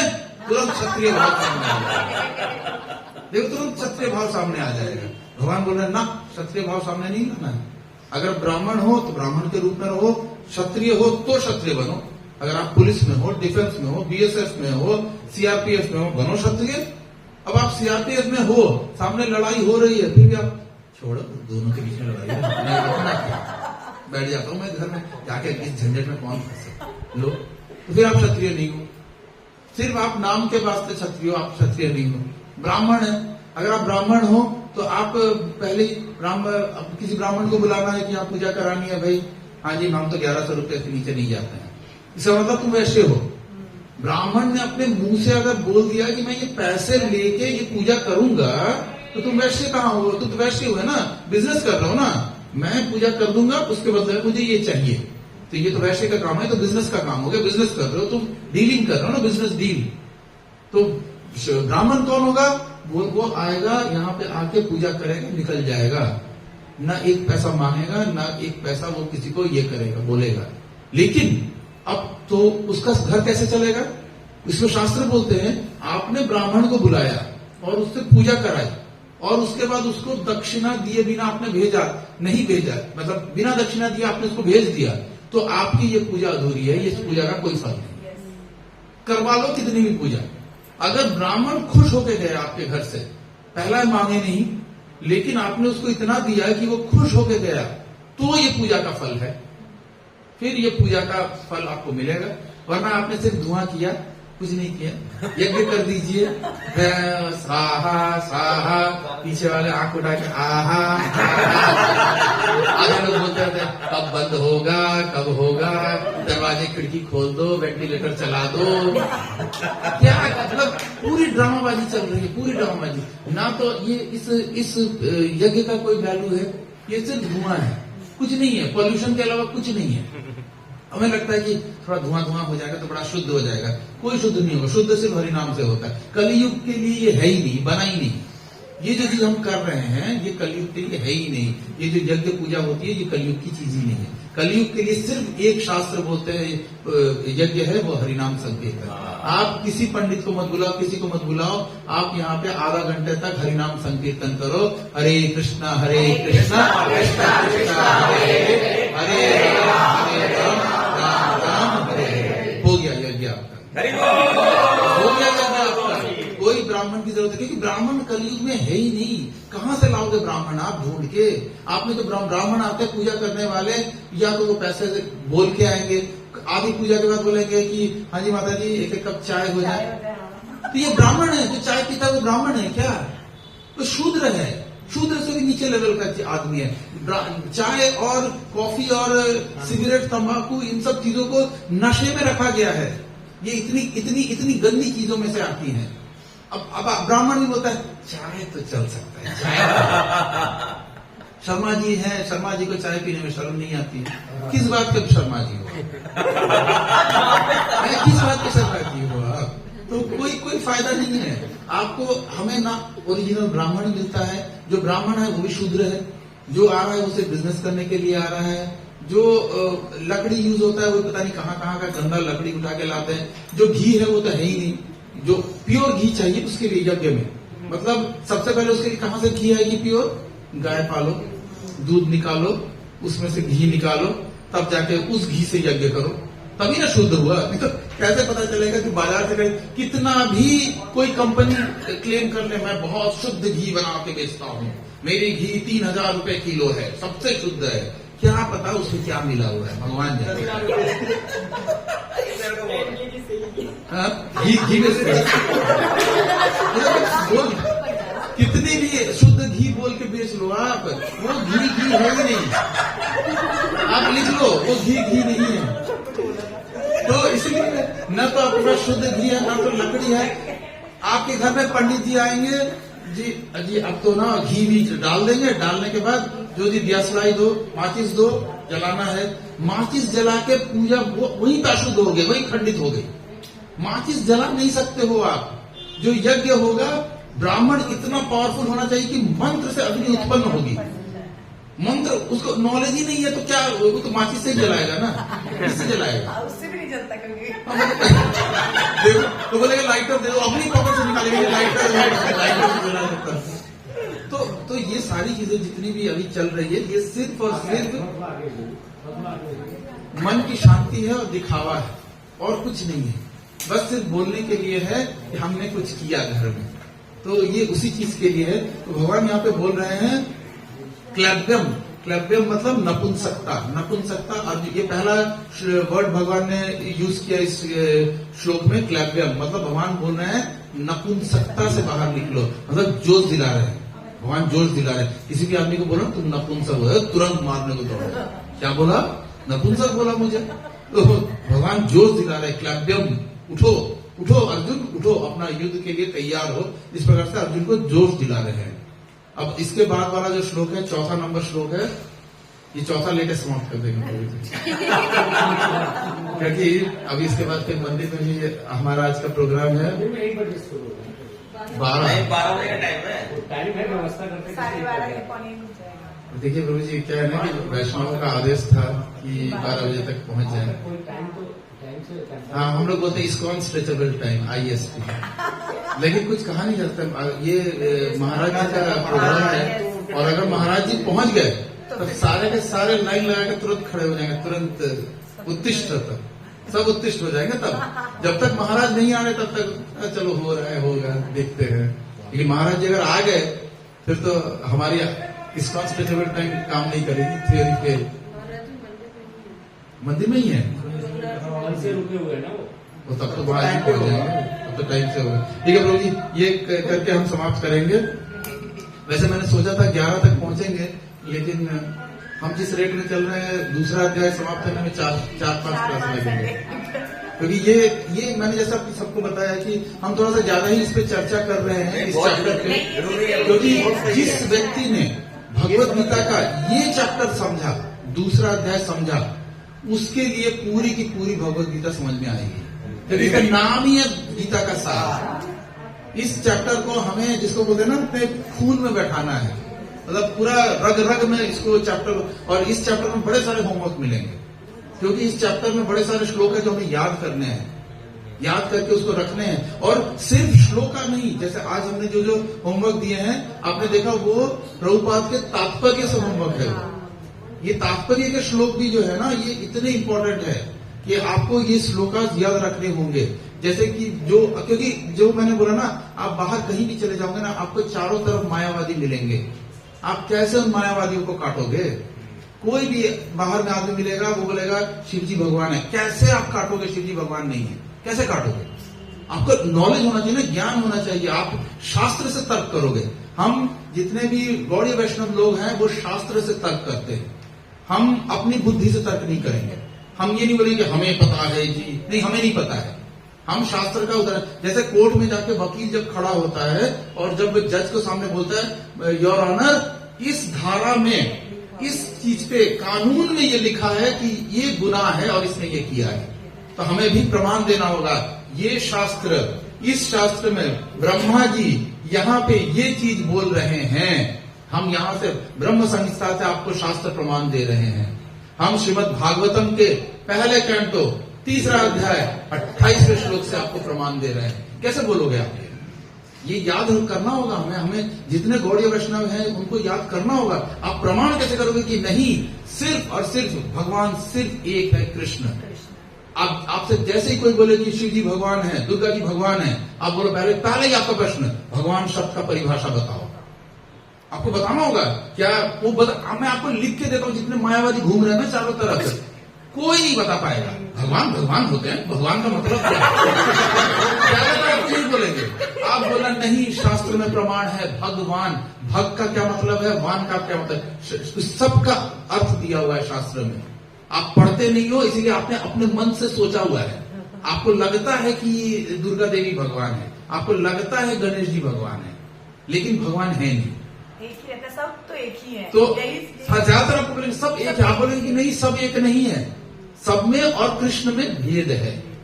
तो आपको ये सारे श्लोका याद होने चाहिए, तभी तो आप प्रमाण दे पाओगे ना। पर ये श्लोका कहां से आए हैं, इसमें अभी हम आगे चलेंगे 7वें अध्याय में भगवान स्वयं भी बोलेंगे, भगवान खुद भी बोलेंगे कि मैं ही भगवान हूं। और इसके आगे भी भगवान बोलेंगे आगे चल के कि जितनी भी योनियां हैं उन सब का बीज पदा पिता मैं हूं। ये इस्कॉन वालों ने नहीं बनाया है कृष्ण को भगवान, भगवान ने खुद को ही भगवान बनाया। और बनाने की जरूरत क्या है, जो भगवान है सो है। हरी हरी। अब मोदी जी प्राइम मिनिस्टर है तो हैं, अगर मुझे पसंद नहीं है मैं बोलूंगा कि नहीं जी जो राजनाथ सिंह है मुझे बड़ा पसंद है, डिफेंस मिनिस्टर, वो प्राइम मिनिस्टर है। मानो भाई, तुम्हारे मानने न मानने से कुछ नहीं होता है। सूर्य है तो है, हम ये सूर्य है तो है, हम बोलेंगे ना ये सूर्य नहीं है, मत मानो सूर्य नहीं है। किसी के मानने नहीं मानने से कुछ नहीं होगा। शास्त्र प्रमाण क्या दे रहे हैं, शास्त्र बोल क्या रहे हैं कि कौन भगवान है। इसमें आपको बड़े सारे लोग मिलेंगे मायावादी जो आपसे तर्क करेंगे कि ज्यादातर मायावादी जिन्होंने थोड़ा भी शास्त्र पढ़ा है ना, वो तर्क करेंगे आपको शिव पुराण में जी लिखा है। तो आप भी पटाख से बोलना, शिव पुराण में कहाँ लिखा है बताओ, कौन से श्लोक में, चैप्टर बताओ और श्लोक का नंबर बताओ, किस कहां पे लिखा हुआ है। हम आपको उदाहरण दे देंगे, हम आपको बाकी श्लोक भी बताएंगे जहां शिव जी बोल रहे हैं कि नहीं, भगवान विष्णु भगवान श्री कृष्ण की ही पूजा सर्वोपरि है। और तो और छोड़ो, शिव जी का बेटा जिसने ये लिखा, गणेश जी लिख रहे हैं कि भगवान श्री कृष्ण है। नहीं कोई मान लेगा? अगर मुझे किसी से भी बोलेगा तो गणेश जी बोल सकते थे ना,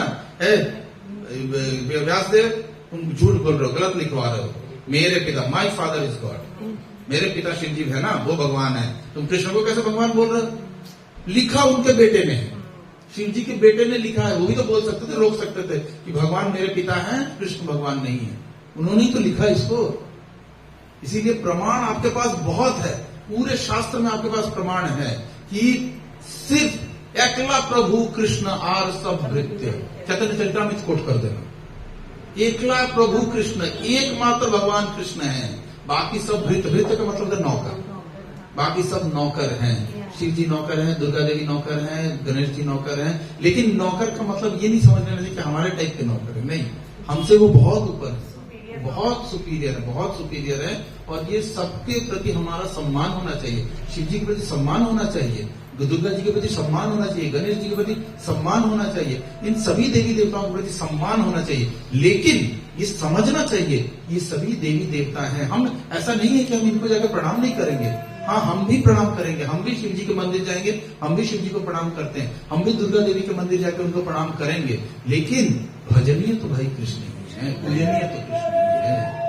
इनको प्रणाम करेंगे, इनकी श्रद्धा करेंगे, सब कुछ करेंगे, लेकिन ये दिमाग में रखते हुए कि ये भगवान के ही अंडर में है। और ये सब भगवान अपने विराट रूप में भी दिखाएंगे। भगवत गीता में आगे पढ़ेंगे, विराट रूप का एक चैप्टर आएगा, आप देखेंगे ये सारे देवी देवता भगवान के शरीर के अंदर है। अर्जुन देखेगा ये चीज अपनी आंखों से, ये सारे देवी देवता भगवान के शरीर के अंदर दिख रहे हैं चारों तरफ। कोई हाथ में है, कोई पैर में है, कोई मुंह में है, सब भगवान के शरीर में दिखेंगे ये सारी चीजें। तो इसीलिए भगवान जो है वो मेन है। आखिरी श्लोक ले लेते हैं बस, इसके बाद समाप्त। अर्जुन उवाच कथं भीष्म अहं संख्ये द्रोणं च मधुसूदन ईशुभिः प्रतियोत्स्यामि पूज आह अरिसूदन। दो वर्ड यूज किया गया भगवान श्री कृष्ण के लिए। मधुसूदन हमने पहले ये किया था, और दूसरा यहाँ पे लिखा गया अरिसूदन। अरिसूदन का अरि का मतलब होता है दुश्मन, दुश्मन सूदन, सूदन मतलब मारने वाला।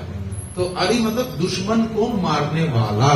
तो जहां तक बोल रहे हैं भीष्म पितामह द्रोणाचार्य जैसे सम्मानित व्यक्ति सदैव पूजनीय है। यदि वे आक्रमण करे भी तो उन पर उलट कर आक्रमण नहीं करना चाहिए। वैष्णव का नियम है। वैष्णव अपने गुरु को कभी भी चैलेंज नहीं करता है।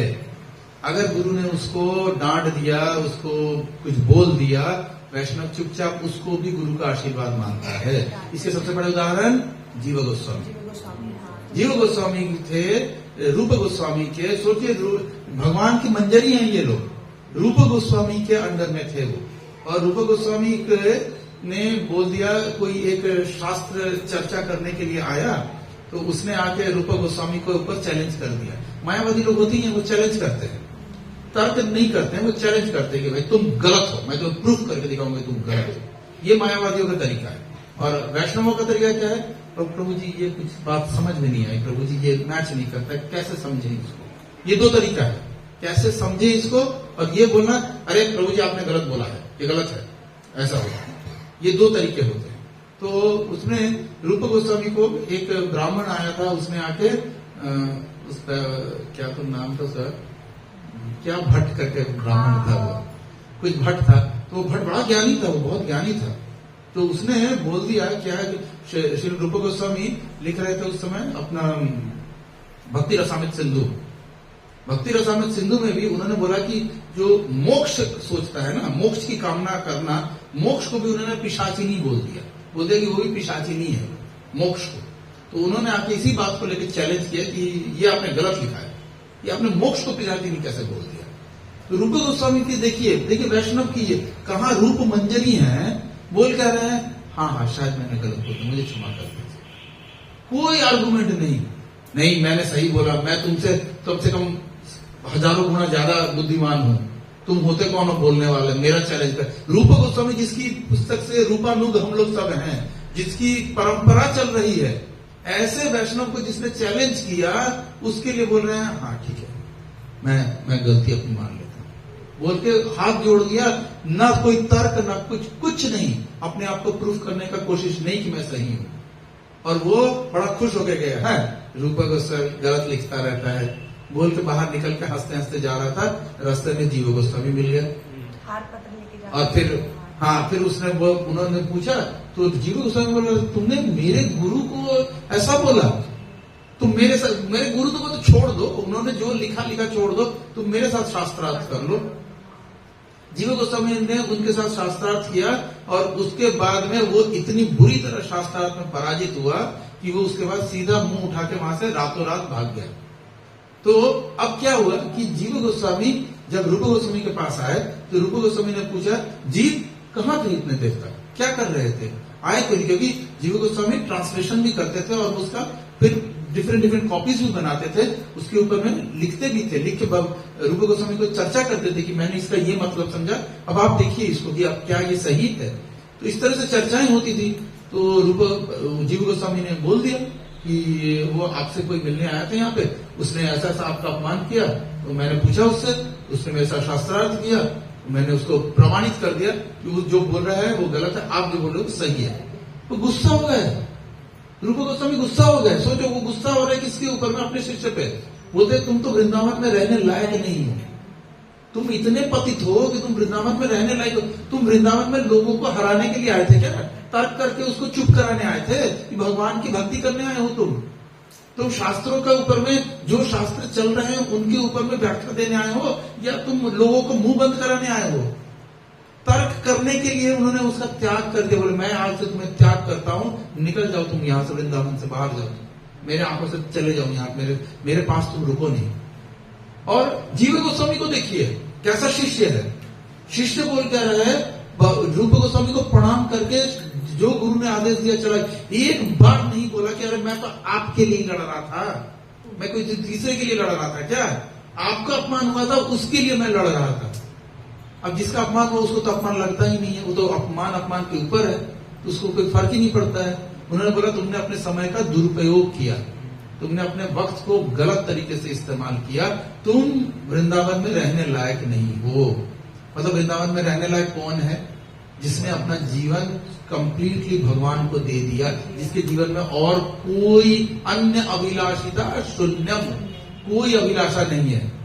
राजभवन लोग रहते हैं, वृंदावन में इजी प्लॉट मिल रहा है, खरीद लें, क्या कर रहे हो तुम? वृंदावन में रह रहे हो, उत्तर प्रदेश में रहने जा रहे हो।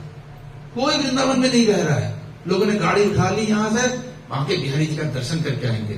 घंटा दर्शन किया तुमने, कुछ दर्शन नहीं। बांके बिहारी जी का तुम्हारा दर्शन होगा ही नहीं, जिंदगी में नहीं होगा। तुम यहाँ से गाड़ी उठा के जाओगे और जाके हलवा पूरी और वो पेड़े, ब्रिजवासी के पेड़े लेके वापस आओगे, इससे ज्यादा कुछ नहीं करोगे। तुमको लग रहा है कि मैंने दर्शन कर रहा, ये क्योंकि भगवान इन चर्म चक्षुओं से देखते ही नहीं है। पहली बात, भगवान कानों से दिखते हैं। आधी से ज्यादा दुनिया सोचती है कि आंखों से दिखते हैं, आंख से नहीं दिखते हैं, कानों से दिखते हैं। भगवान को पहले कानों से सुन सुन के दिखाना होगा, क्योंकि भगवान यहीं बैठे हैं, यहीं से बांके बिहारी प्रकट हो जाएंगे। हरी हरी जरूरत नहीं है गाड़ी चला के। तीर्थ भ्रमण केवल शरीर श्रम और कुछ नहीं है। शरीर का श्रम कर रहे, श्रम है वही केवलम आप मतलब सिर्फ शरीर के श्रम का। अगर वृंदावन इतना ही अच्छा, इतना ही सब कुछ होता तो श्रील प्रभुपाद वृंदावन त्याग करके 70 साल की उम्र में अमेरिका नहीं जाते। वृंदावन, श्रील प्रभुपाद बताते हैं, Vrindavan is a state of consciousness, हमारी चेतना का विषय है। एक आदमी अमेरिका में दारू पी के पड़े हुए लोगों के बीच में वृंदावन प्रकट कर सकता है। ये कोई बात है, उन्होंने अमेरिका में वृंदावन प्रकट कर दिया। ये शुद्ध भक्त है। ये लोग, ये रहने लायक है वृंदावन में। हम और आप जाकर वृंदावन में जाके फ्लैट खरीद के रहने लायक नहीं, क्योंकि हम करेंगे वही जो यहाँ पे कर रहे हैं। आपको क्या लगता है वहां पे जाने के बाद भी एक एसी लगा दो जी, वृंदावन में गर्मी लगा, एक टीवी भी होना चाहिए, न्यूज भी देखना चाहिए ना।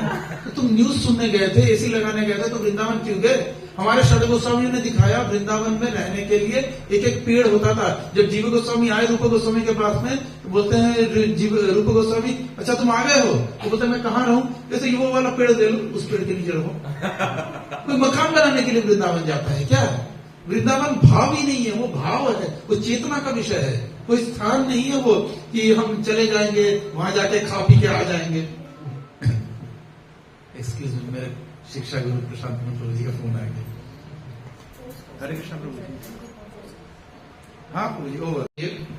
और अर्जुन ये बोल रहे हैं कि मैं अपने गुरु, अपने पितामह, अपने दादाजी को कैसे मार सकता हूँ, कैसे उन पे तीर चला सकता हूँ।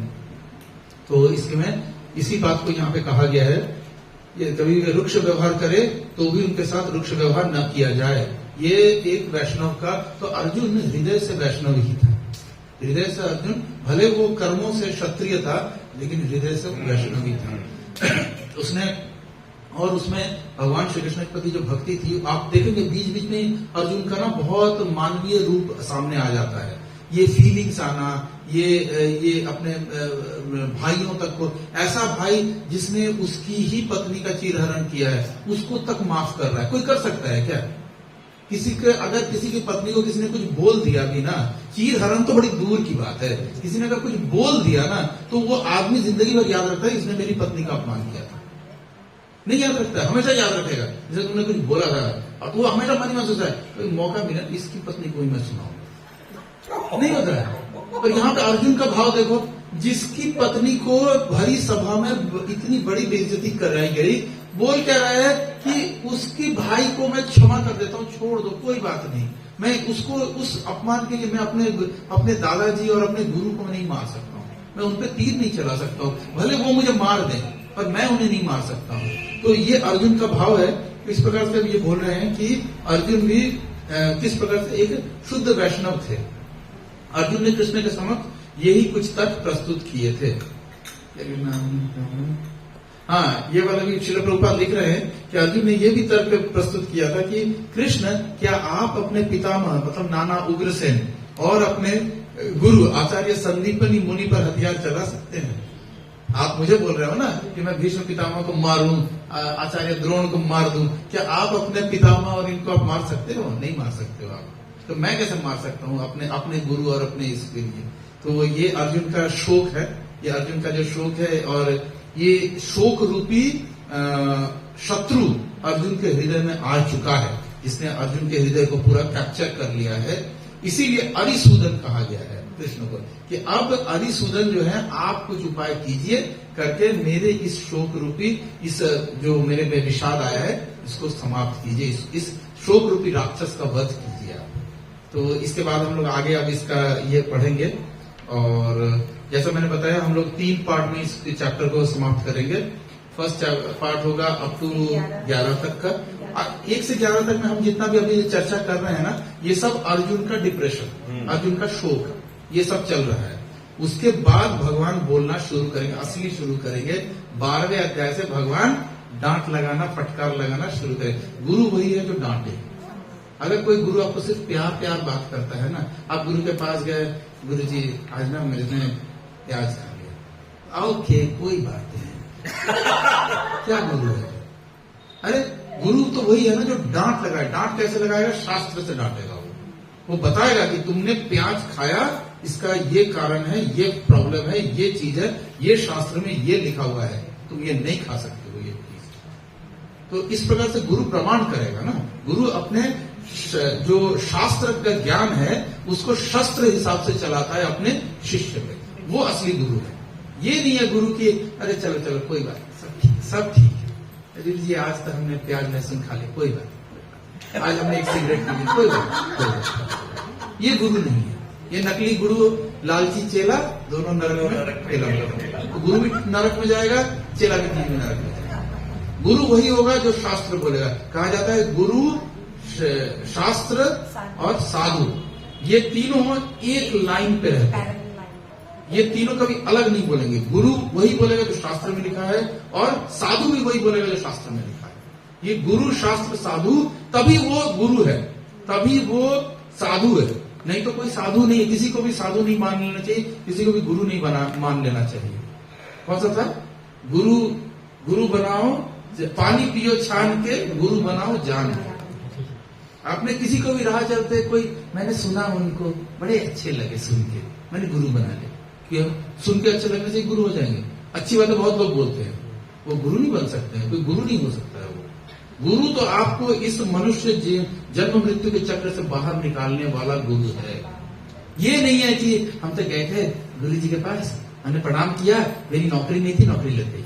ये गुरु है? गुरु का काम नौकरी लगाना है। हम गए थे, पेट में बड़े दिनों से बहुत दर्द होता है, कोई डॉक्टर नहीं ठीक कर पा रहा था। गुरु जी के पास गए, प्रणाम किया, पेट का दर्द ठीक। गुरु जी के पास, गुरु जी का काम है पेट का दर्द ठीक करना। बेटी की शादी नहीं हो रही थी, बड़ी कोशिश की, बहुत कुछ किया, नहीं हो रहा था। गुरु जी के पास गए, गुरु जी ने ही रिश्ता दिला दिया। उन्होंने बोला इससे करवा लो, बस हो गया। आज जितने भी गुरु हैं वो यही सब कामों में लगे हुए हैं। सुनने में बड़े अच्छे लगते हैं। अरे सुनने में अच्छे लगने वाला गुरु नहीं होता है। गुरु वो है जो आपको इस भवसागर से पार करे। गुरु वो है जो आपको कृष्ण से जोड़े। आप बाकी सब कुछ छोड़ दो, अगर एकमात्र प्रमाण ले लो कि कौन सच गुरु है, कौन गलत गुरु है, वो यही गुरु होगा जो आपको कृष्ण तक लेके जाए। अगर कोई आपको कृष्ण तक लेके जा रहा है और शास्त्र प्रमाण भी दे रहा है, तो समझो वो गुरु है। हरी हरी। अगर कोई आपको बोलता है कि नहीं जी कोई बात नहीं, हम आज महाशिवरात्रि का व्रत करेंगे, वही सब परम है और वो है, तो समझो बोगस गुरु। वो कोई गुरु नहीं है। वो दोनों, गुरु जी भी नरक में, आप भी नरक में। कुछ नहीं होगा, कोई फायदा नहीं है ऐसे गुरुओं का। इसीलिए गुरु बनाना चाहिए बहुत सोच समझ के। जीवन में एक ही गुरु है, और कोई गुरु बनाने के बाद गुरु को शरणागति करनी होगी कि हमें गुरु के प्रति शरणागत, तभी तो गुरु माना ना। किसी गुरु बोल रहे हैं तो भाई शरणागत तो होना होगा। अभी आगे आप देखेंगे अर्जुन बोलेगा कि शिष्यस्ते हम शादिमाम तम प्रपन्नम, 7वें श्लोक में आएगा कि मैं अब आपका शिष्य बनना चाहता हूं। मतलब आपको मैंने अपना गुरु बनाया। कृष्ण का गुरु इतने देर तक क्या था? दोस्त। अरे कृष्ण तो दोस्त है, सखा है, लेकिन अब कृष्ण को बनाएंगे गुरु, क्योंकि अभी तक में कृष्ण ने ज्ञान देना प्रारंभ नहीं किया है। अभी तो कृष्ण डांट रहे हैं, अरे तुम नपुंसकता कहां से आ गए, हृदय दौर्बल्यम कहां से आ गया, क्षुद्र दौर्बल्यम तुम्हारे जैसे, इसको शोभा नहीं देता। अभी तक ज्ञान नहीं दिया है, अभी सिर्फ डांटा है। अभी शुरू करेंगे डांटने के बाद का प्रोसेस, ज्ञान देना शुरू करेंगे 11वें से 30वें। इसमें हम पढ़ेंगे कैसे भगवान इसके शोक को काटते हैं। तो ये हम अब अगले क्लास में करते हैं। हरे कृष्ण।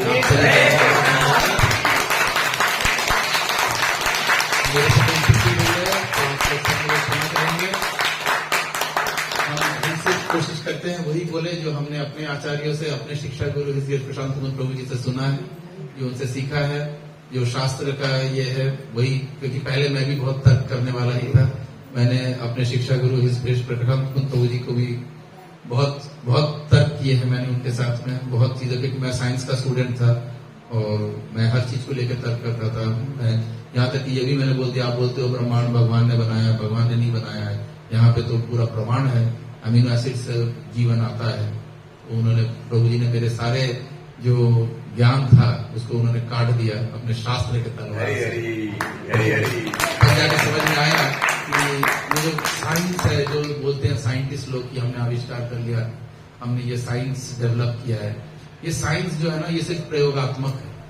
क्या होता है कि किसी ने कोई एक साइंस में थ्योरी बना देता है और उसके बाद कोई दूसरा आता है, वो बोलता है कि वो थ्योरी गलत थी, ये थ्योरी सही है, और फिर बोला जाता है हाँ ये थ्योरी सही है। कुछ दिनों के बाद बोला जाएगा ये थ्योरी गलत है, इसके बाद हम कुछ नया निकालें। आप देखेंगे साइंस में ज्यादातर में आता है रिसर्च। रिसर्च किसकी जरूरत है? मतलब कि तुमने जो किया है उसके अलावा भी कुछ है, उसकी हमें खोज कर रहे हैं वो लोग, मतलब है तभी तो खोज रहे हैं ना। तो इसका मतलब है हम प्रमाण करना चाहते हैं कि तुम्हारे में कुछ त्रुटि रह गई थी, कुछ गलतियां थी, उसको अब हम रिसर्च करके खोज रहे हैं। लेकिन शास्त्र जो है, भगवान ने जो हमें शास्त्र दिए, वेद व्यास जी ने, ये शास्त्र रिसर्च के विषय है ही नहीं, क्योंकि ये संपूर्ण ज्ञान है, पूरी ज्ञान है, इसमें कुछ रिसर्च करके नहीं हो सकता है। इसीलिए ये ज्ञान पूर्ण है और साइंस का ज्ञान अपूर्ण है। तो ये सारी चीजें जब समझ में आई तो हमने भी धोती कुर्ता पहना। हरी हरी हरी हरी। अभी हमारे शिक्षा गुरु जी का भी फोन आ गया, अब हम निकल रहे हैं सभी लोगों का। अगले क्लास में हम लोग फिर मिलते हैं नेक्स्ट।